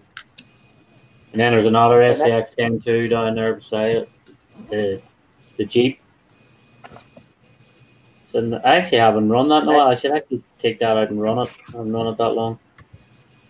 I do like G-made products. Yes, listen, I've never had an issue with any G-made products, so I do like running them, you know. Even the shocks. On the double cab. Yeah, like a lot of people put the G-made shocks in the rigs, you know. Right. They had the tires that you could pressurize too. Yeah, they had the ones you can pump and inflate the different air pressure in them. And I know that John Martin also got into crawling recently. What's your experience with that SCX-10 that you have, John? Good so far. Like I said, I immediately right out of the box, I changed the motor and changed the servo, which is standard. Yeah. But like I said, as far as that, I mean, I had a blast at Axial Fest. Did you? I bet, huh? Yeah, well, sorry. But the SCX-10 2, you shouldn't have had to change the motor. Normally, the SCX-10 2 motor is pretty good out of the box. 35 turn axial motor. Yeah, that's not pretty good out of the box. Yeah, I went to 27 though. Yeah, slip box. I hear you. Fun. Yeah, that Raptor Craigsman that you have, sluice box. Did you take the Raptor or did you take the actual Craigsman? But that thing, I actually think I might invest in one of them because that thing is sick. No, Brandon, I didn't win anything. I got 4th and 5th tonight. which is Now, still those are good. 8 scale, right, Sean? What's that? The Craigsman's 8 scale. Yeah, the Craigman's 1/8 or something like so. But it is nice. Like the Raptor, I know that they have the Raptor was like the second. They actually have 2 versions of the Craigsman. The very first one, and then they have the second one that has like the flares and everything off the. Like they have the flares and all off the side of it as well. Yeah, when I stepped away for a couple minutes, I brought out this mud boss right here, and I was doing 6 or 7.5 laps with it. So Can you show the vehicle again? I present it to you really quick. Ooh, look at that. You got Very the cool. CCXRC. Actually, that gives you a lot more speed with that CCXRC. yeah. Recon and 11 Charlie on there too. Oh, I figured 11 Charlie could lead the way. Yeah, huh? Oh yeah, so I put it on the nose. Yeah, so Schlussbach said he got the Raptor. Nice. Damn things are nice, man. Have you had to replace I any didn't parts even on it check yet? my. I wonder how parts are to get for it. Yeah. Just Yeah, I doing don't know it what to it's chunk like. out of the body tonight. Actually, that's a good question, Keegan. Sluicebox, what's it like to get? What's it like for parts? If you break parts, is it easy to get for it? It's a good thing, Keegan. Good question.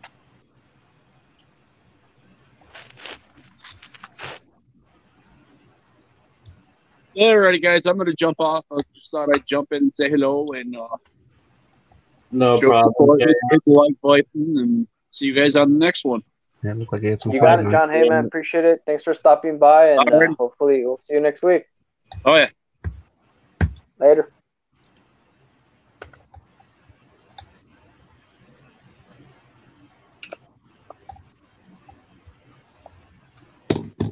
And I was gonna ask you, gentlemen. So, if you guys are aware that the the Jeep Gladiator actually made his debut a couple of days ago. From Axial? What do you? Yeah, from Axial. So coming from the regular Jeep, and I think it's still the same name, right? It's not the Gladiator; it's just the regular Jeep, right? Yeah, it's a GL or something like that. I forget. Yeah. So now, All right, they're Pigeon both. Kicker. See you later, Pigeon Kicker. We'll see you, man. Take it easy. So now they're both Jeeps. Now, would you guys be interested in any of the two? The Gladiator.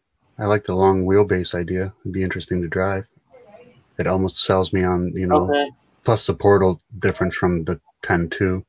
So if they come out with a kit that had hopped up parts in it, which I don't know if they're doing that anymore at all, period, then I would definitely get it. But the RTR is even tempting. Yep.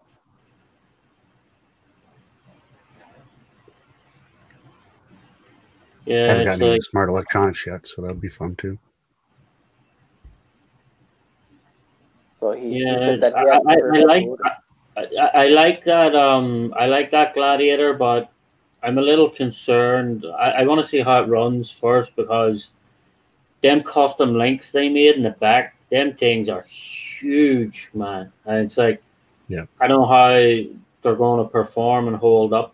Like, because even the drive shaft, if you see the length of the back drive shaft in that thing, it's like crazy.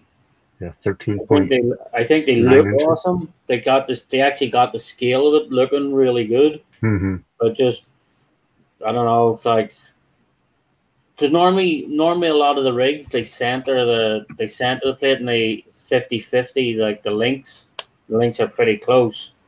But that new Gladiator, the back links and drive shaft are humongous. I wonder why they did it. I know this is gonna be a that's what she said moment, but I wonder why they did it so long.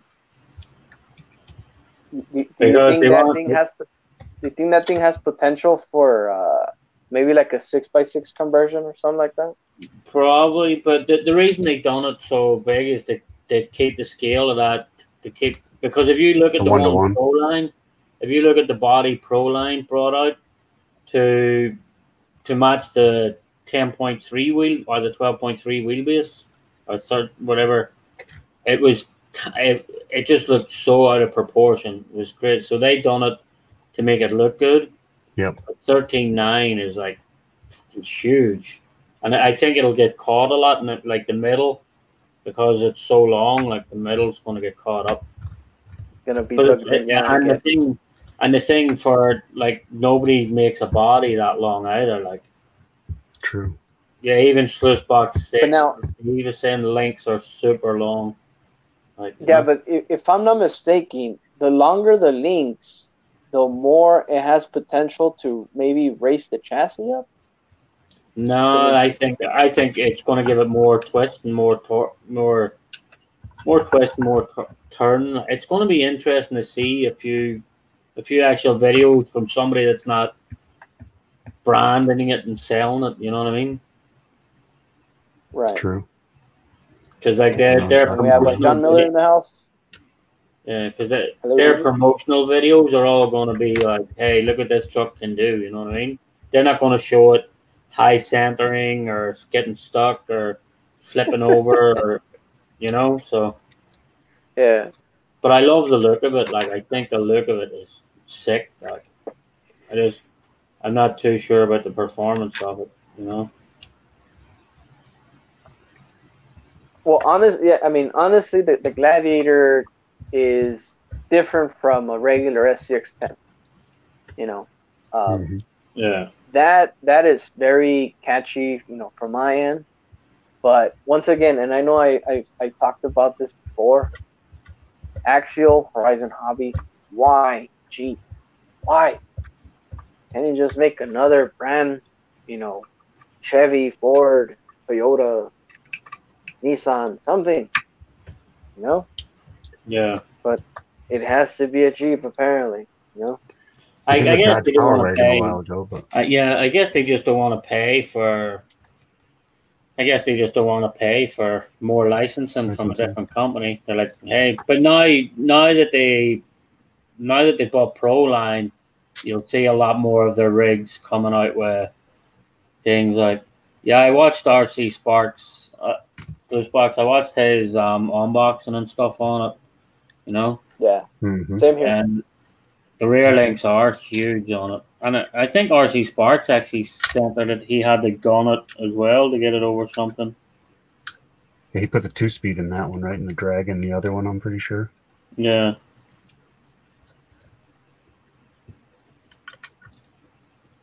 Yeah, that's the only thing that I don't like about, you know, the new crawlers that are coming out. It's a Jeep. Now, remember, gentlemen, that I live in West Texas. Okay, obviously you see sand everywhere. You know, you see trails, you see mountains, and that type of scenario. What kind of vehicles do you think I see on a daily basis in real life? It's everywhere. Yes, it's a Jeep. I see Jeeps everywhere. Yeah. You know what I mean? Yep, so yes, the thing here is, you know, lifted diesel trucks and, you know, lifted trucks and what have you, and and it's a plague, man. You see Jeeps everywhere. So, and if you see my entire RC fleet, you will not see a Jeep. Do I hate Jeep? I don't know. Actually, I haven't asked myself that question, and I just asked out loud. You know, but yeah, you know. So, and yes, look, Rackles 179 says I need a scale Yoda body. If I'm not mistaken, RC 4-wheel drive did a licensed Toyota Tacoma body, if I'm not mistaken, and that thing looks sweet. I think so. Yeah, I have. I have a, what do you call Tundra. Toyota Tundra. Oh no, the Jeep I was talking about. I have a Jeep. And I have actually one. He's sending me some updates on it there too. Oh, yeah, the XJ.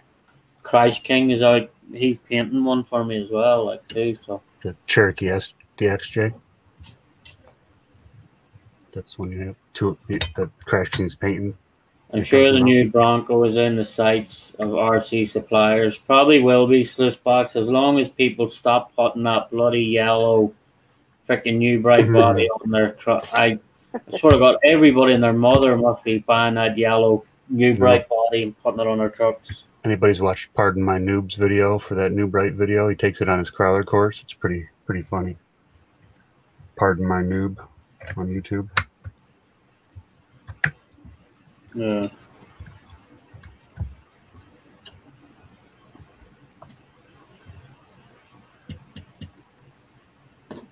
Yeah, so and then 11 Charter C says that I'm a Jeep hater.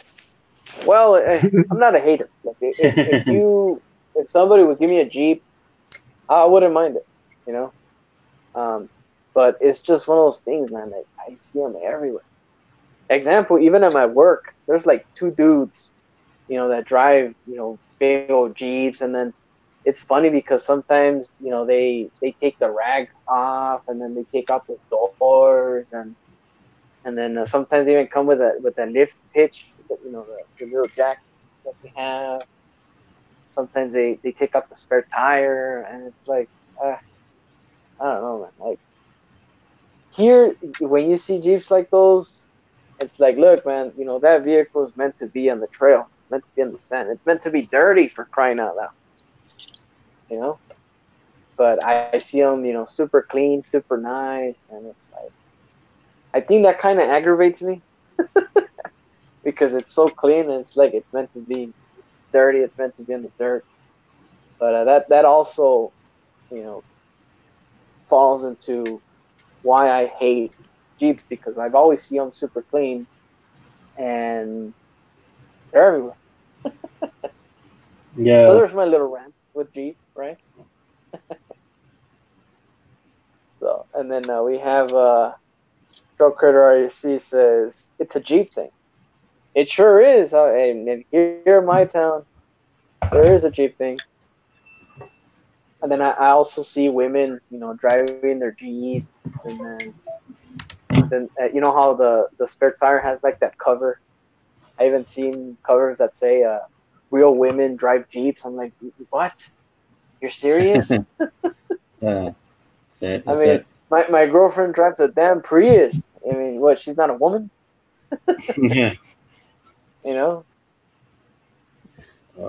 Well, guys, I'm gonna have to bounce back out of here again. So All right, it's already 12:30. So sounds good, Sean. Hey, man, appreciate it. Appreciate you stopping by, man. Actually, so my goal is to end it at 2 hours 30 minutes. So we're at 2:18 and counting. Yeah. So yeah, man. So appreciate you stopping by, Sean, and we'll see you on the next one. No problem. That thing's coming along well already, Keegan. Thanks. What servos that you put in it? And did you put a servo winch in it there too? It looks like. Yeah, servo winch and servo. Reef's raw 500 servo, and Reef servo winch. Nice. Is that the programmable winch? Yeah. Yep. Nice. Yep. Sweet looking build. Come along. Of course not. Sluicebox Slee said mall crawlers. Yeah, man. Yeah. That's it. All right, guys. Have a good one. I'll chat to you all later. Yeah, we'll see you, Sean. Thanks for stopping by, man. Have a good problem, weekend. guys. Have a good night. Bye. Later. So what step on your end, Hagen? Oh, just putting the chassis together. I got the one side put together. Now I got to put the other side together. Okay. I'm left over with some screws that I'm questioning. I have 2 8s and they should be 10s. So I'm wondering if I put a couple 10s on the other side that I shouldn't have. Okay. Double checking. So it might take a little on assembly to find them. Okay. Good times. So now on the manual, when you have to, I guess, compare the size of of a screw. Oh, okay, yeah, that's what I'm trying to say. Yeah, they're 1-to-1. They They match can up. give you a legend, right? Like a. Yep. Yeah, I just probably grabbed 8mm button heads and instead of 10mm, vice versa. Yeah. So now the chassis, is it metal on metal or plastic or metal on plastic? This is plastic. Plastic is just metal frame rails. Oh, okay. Plastic bumper mounts, everything. Links are all metal. Axles, obviously. But the transmission, this one, they actually cheaped out a bit on the transmission to save costs on the portals and not drive the cost up too much. Right. Yeah. It's got sintered gears instead of machine gears. Plastic motor mount plate. Couple of items that they could save some money on. Apparently, it holds up really well still. So. Right.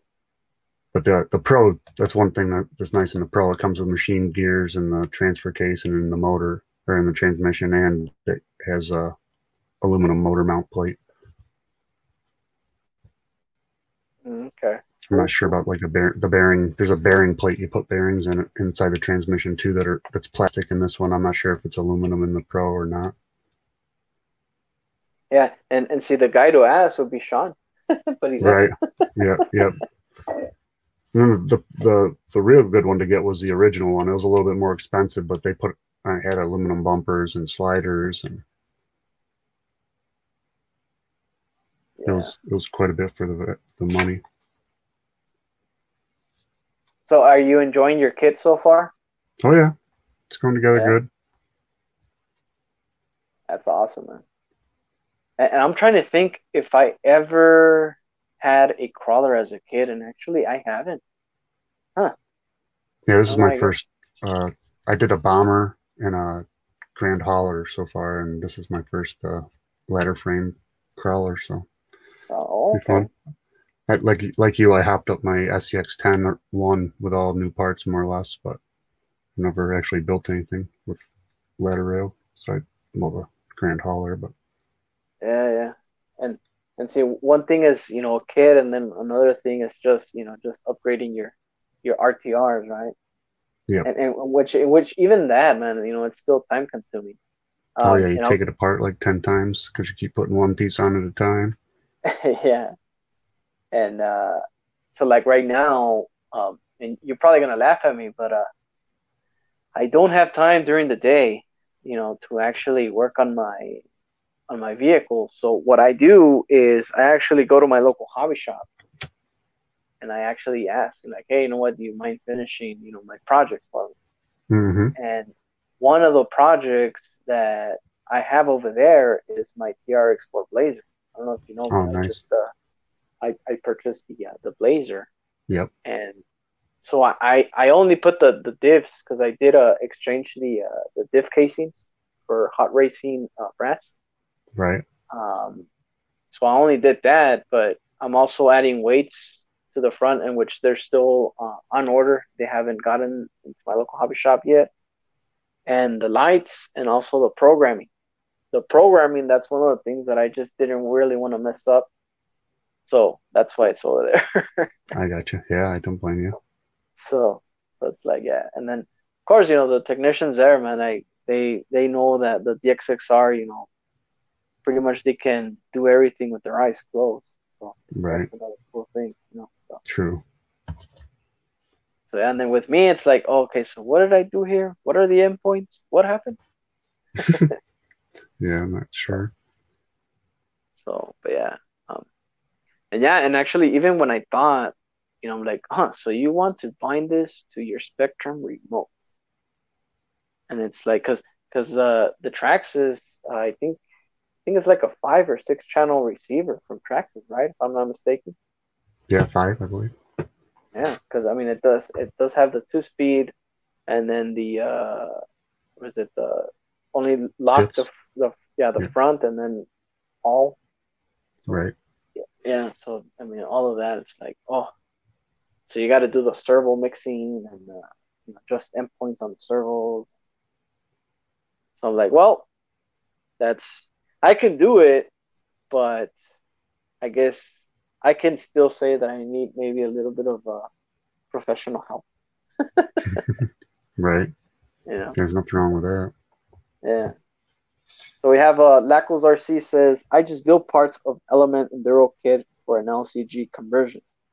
Still setting things in place, but it runs. All right. Hey, man. Cool. Nice. And Those then look fun.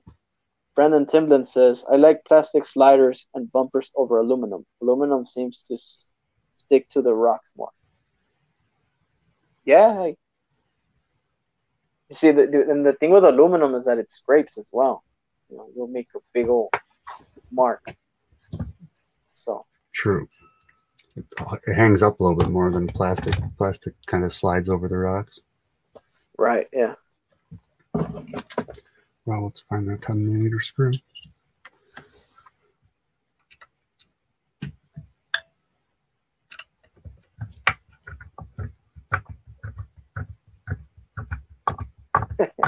Master says, I need professional help. Nothing to do with RCs, though. Huh. Well, I'm sure you can get help, whatever it is that it is.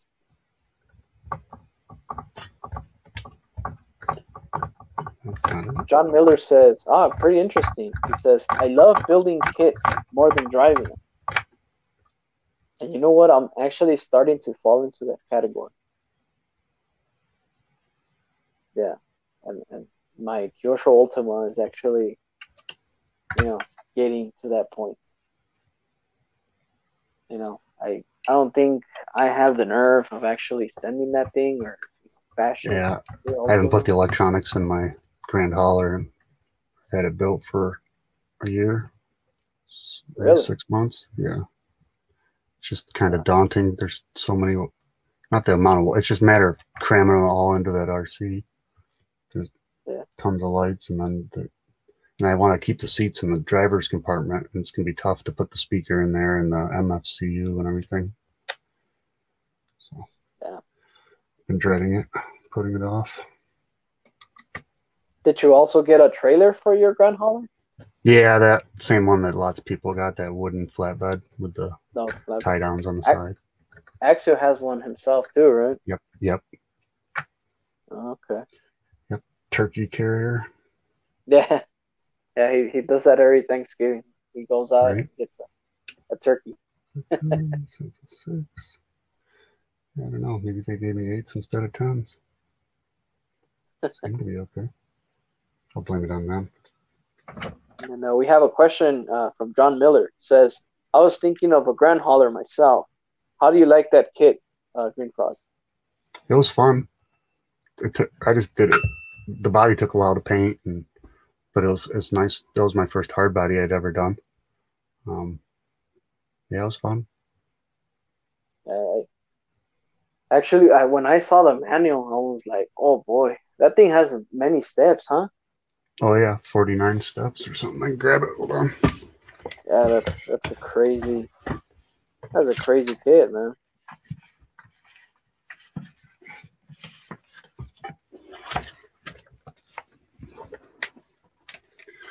I did the King Holly. My apologies, but yeah.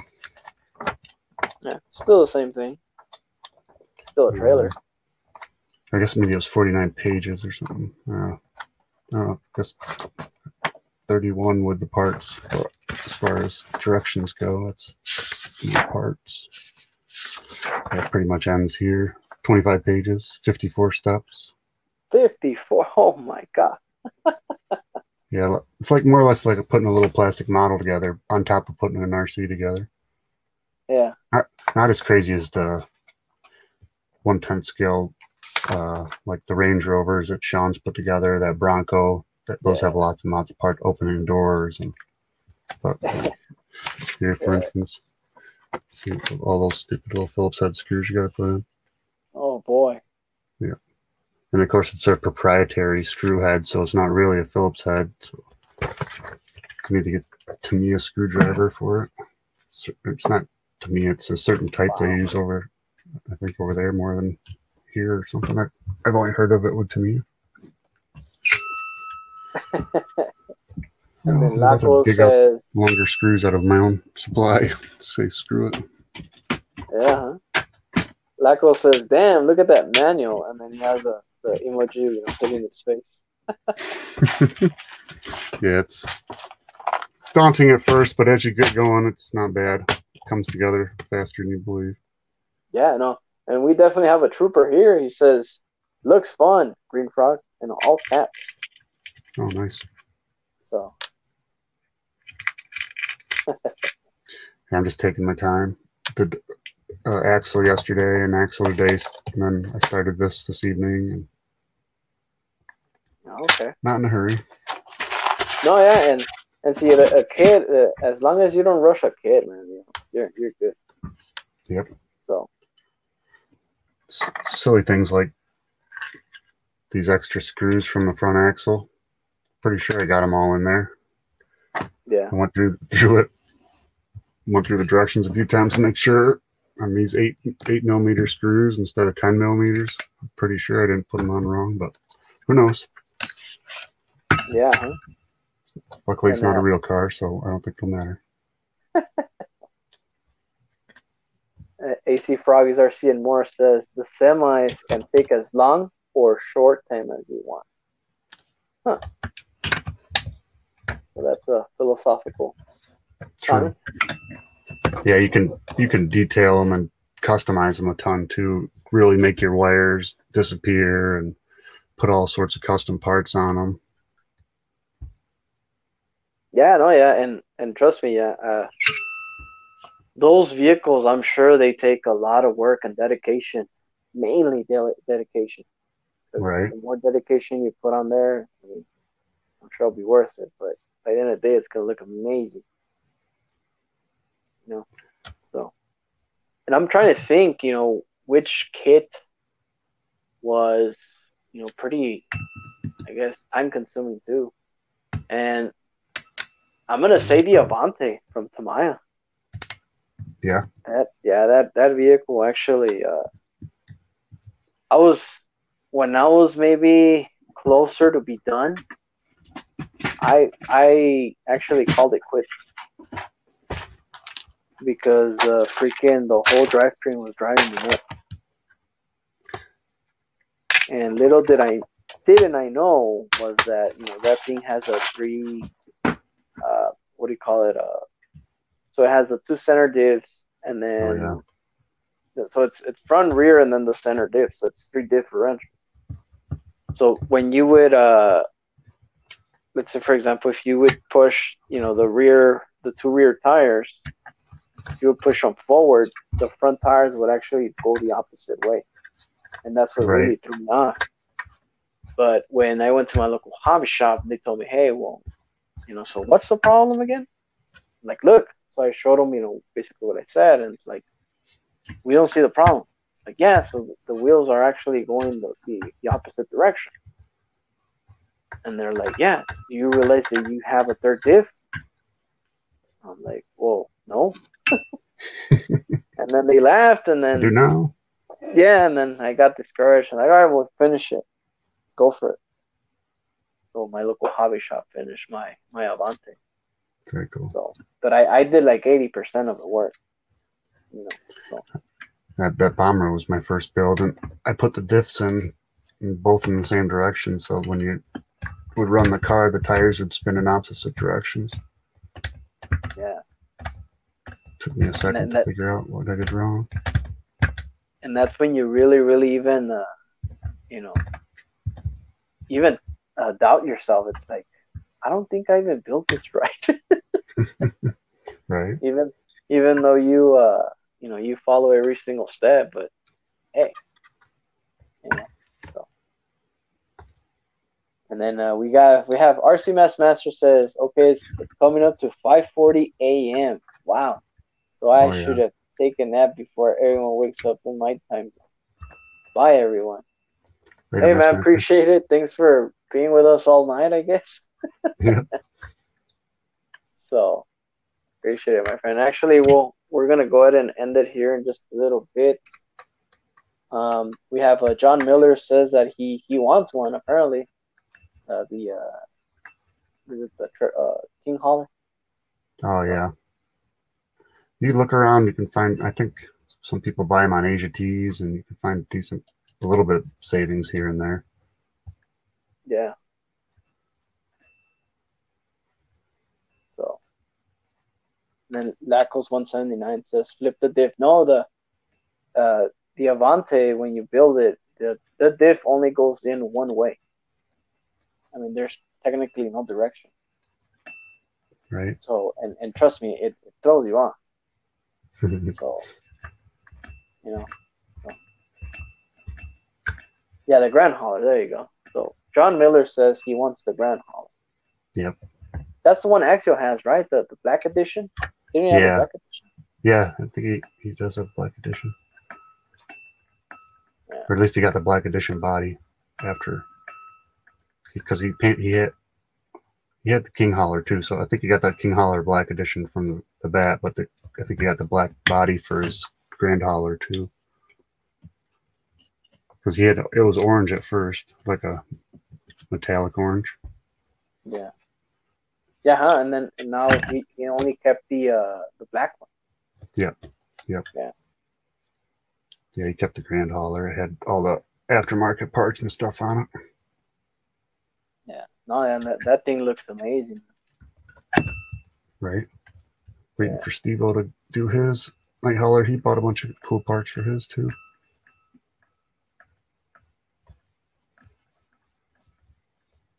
We have John Miller says Avante was an old car. Me and Green Frog might remember. Oh yeah. I don't. Do you get that? The Avante, I think maybe it was a 1-to-1 car also. Was it really? Maybe that's what he's talking about. Oh. I'm not sure. Well, I mean, the Avante from Tamiya, I don't know when that originally came out, but it's a pretty old car. If I'm not mistaken, that probably came out in '88. So it's pretty old. Yeah. It's an original Avante. It's like, yeah. And I do have the 2012 edition. I was 10 years old when it came out. You weren't even born yet? Yeah. And speaking of, so my birthday is actually coming up in October. Nice. So these are my last days in my 20s. Can you believe that? Dirty 30 coming up. The big 3-0, ladies and gentlemen. Nice. So I don't know, since I'm turning 30, I don't know if I'll still be allowed to be called RC Basketball. I don't know. Right. Right. Have to go to Young Gentleman or something. Something, But and I did mention this, but a lot of people have asked me, why did you say boy, in RC Basketball? The thing is, many of my friends who also happen to be into the RC hobby, they're not my age. They're much older, way older, And from the bunch, I'm technically the youngest one. Gotcha. So, that's why it's like, and everybody's like, hey, you're super young, you're in the hobby and this and that. I'm like, yeah, So everybody would call me the kid, or hey, this kid has a bunch of RC cars, and so, and that's why I'm like, yeah, well, RC Basketball. Right. That's the name. I always thought it was like boy. How they used to say that. Mm-hmm. Yeah, and I wanted to, make it catchy because, BOY, it's like, yeah, well, and before I even decided to put BOI instead of Y, I thought of, putting an Y, sorry. Yeah. But I'm like, just change it up a little bit. Well, there you go. And then Nice. we got Trocard RC says RC Basher Man. And then Laco says RC Basher like Dude. Superhero. RC Basher Man to the rescue. And then John Miller You says, are I got bashing 20 hard years. enough. Yeah. He says, John Miller says, I got 20 years on you, boy. The 30s, fun years in life. Oh, we'll see, man. Actually, I'm gonna miss my 20s because, I mean, I've had fun, as long as I can remember. So, Trucker RC says new logo could be like Superman logo, but with the capital D. Yeah, Mm-hmm. 11 Charlie says RC Basher, mijo. Yeah, that would. Actually, that's not bad, but it still lands in boy. Right. So, because mijo, it's just an abbreviation of saying my son. Have to put hombre or. But I don't know. I think I'll probably just stick with the name. RC Basher RC dude. Basher boy. No, RC Basher boy, but yeah, So, well, ladies and gentlemen, it is 10:45 Mountain Time. And of course, I know you guys are mostly in the East Coast or West Coast. Yep. Well, I think if you're in the West, right, it's I think it's an hour earlier. Like, for example, AZ Froggies, I know he's an hour early. Right. Probably at his house like 9:45. So probably still 90 degrees. Yeah, yeah. Arizona is hot as hell. I'll tell you that. But actually, it was 100 degrees today, man. Oof. It was toasty here. I think it was in the 80s at least, maybe 90. But I take 80s any day, man. No, it's 100. It's horrible. Yeah, it's still tough. So, and then Don Miller says, "Nah, you wouldn't want to hang out with people in their 20s anymore. You'll see why." I'm afraid of that. I Oh, man, see my spirit is always happy, fun, kind of guy. But I don't know. I guess the older I get, I guess the more serious I have to be. That's right. But yeah, deep inside me, I'm still a kid. That's right. Stop playing with toys and start playing with action figures and hobby grade RCs. Yeah. And a funny story, I actually, the way I upgraded, I went from Hot Wheels to this. Really. Nice. Right, collecting them more or less. Yeah, of course. Well, obviously this hobby is pretty expensive. Well, yeah, right. When you first got out of high school, you're into Hot Wheels and stuff. Yeah. Actually, my tablet stuff. Yeah, I liked Hot Wheels too. Never was into Matchbox. Yeah, and in high school, actually, I was more into cars, actual cars. That's right. You're a racer. Yeah, and from there, it just got me into a lot of trouble, and I just decided to invest it on. Yeah, I knew that I would get in trouble, so I always stayed away. I always had like a Subaru station wagon, everything, Ranger pickup, nothing with any power, 4-cylinder. Yeah, so. But yeah, I mean, I'm very happy with my hobby, and actually, even the RC community, and even all my subscribers, everything, Mm-hmm. it's all coming along, man, and yeah, just like I've always said, this show will continue, and yeah, man, I'm very, very happy that I'm in this hobby. You know what I mean? So. Yep. I do. Let's see here. AC Froggy says it's okay. I just got to do a video on the new Tamiya chassis. It's nice. Ooh. Okay. All right. New platform or like a CC07 or CC? I know Brett. Yeah, Brett is working on something. Every time he goes live, he's working on that. Yeah, and I'm not that familiar with the Tamiyas, but he's working on something. Right. So. Well, put the last screw in the chassis. Guess I'll call that a night. Yeah, and same here. So yeah, I just want to thank everybody on the panel. I know it's just you, Green Frog, and everybody on chat. I highly appreciate you coming in on a Saturday or now, which is, I don't know, Sunday somewhere else, right? Yeah. But yeah, hopefully you guys enjoyed the show. We did have Sean, and also I did a couple of shout outs in the beginning of the stream. If you guys want to rewatch this, showed a little leg. yeah, feel free to check it out. It will be on my channel. So yeah, once again, it is 10:49 Mountain Time, and we shall end it here. So, Green Frog, you have anything to say before we take off? Everyone take care. Stay safe. See you guys in the next chat. Earl's is tomorrow night, and then Monday night on 11 Charlie. And then Yes. the rest of them throughout the week. Yes. So it is the Tank RC on a Thursday night, and then Friday night Steve O'D's, and then yours truly Saturday nights. Actually, still debating if I would want to come in a little sooner, because of course the time zones are way off. So right.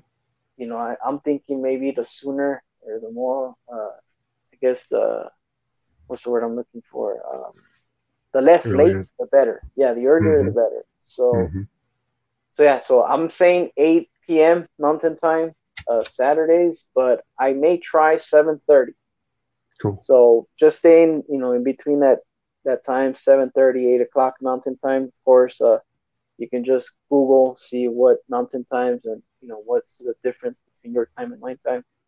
And so Saturdays. So yeah, and Sundays, you said Earl RC. He's actually doing live streams, I think, in the afternoon, if I'm not mistaken.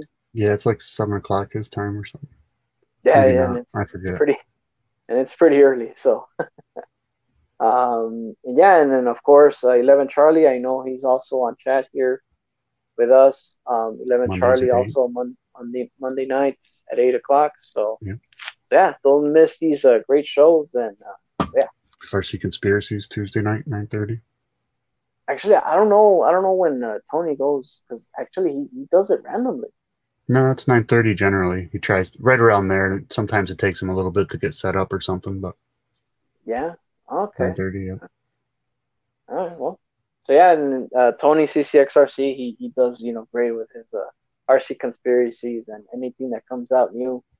Of course, he will go ahead and talk about it there on his channel. But if it's Tuesdays, so be Tuesdays, and True Boys and Gap RC's been doing Gap reviews A to Z. Also, been doing a bunch of them.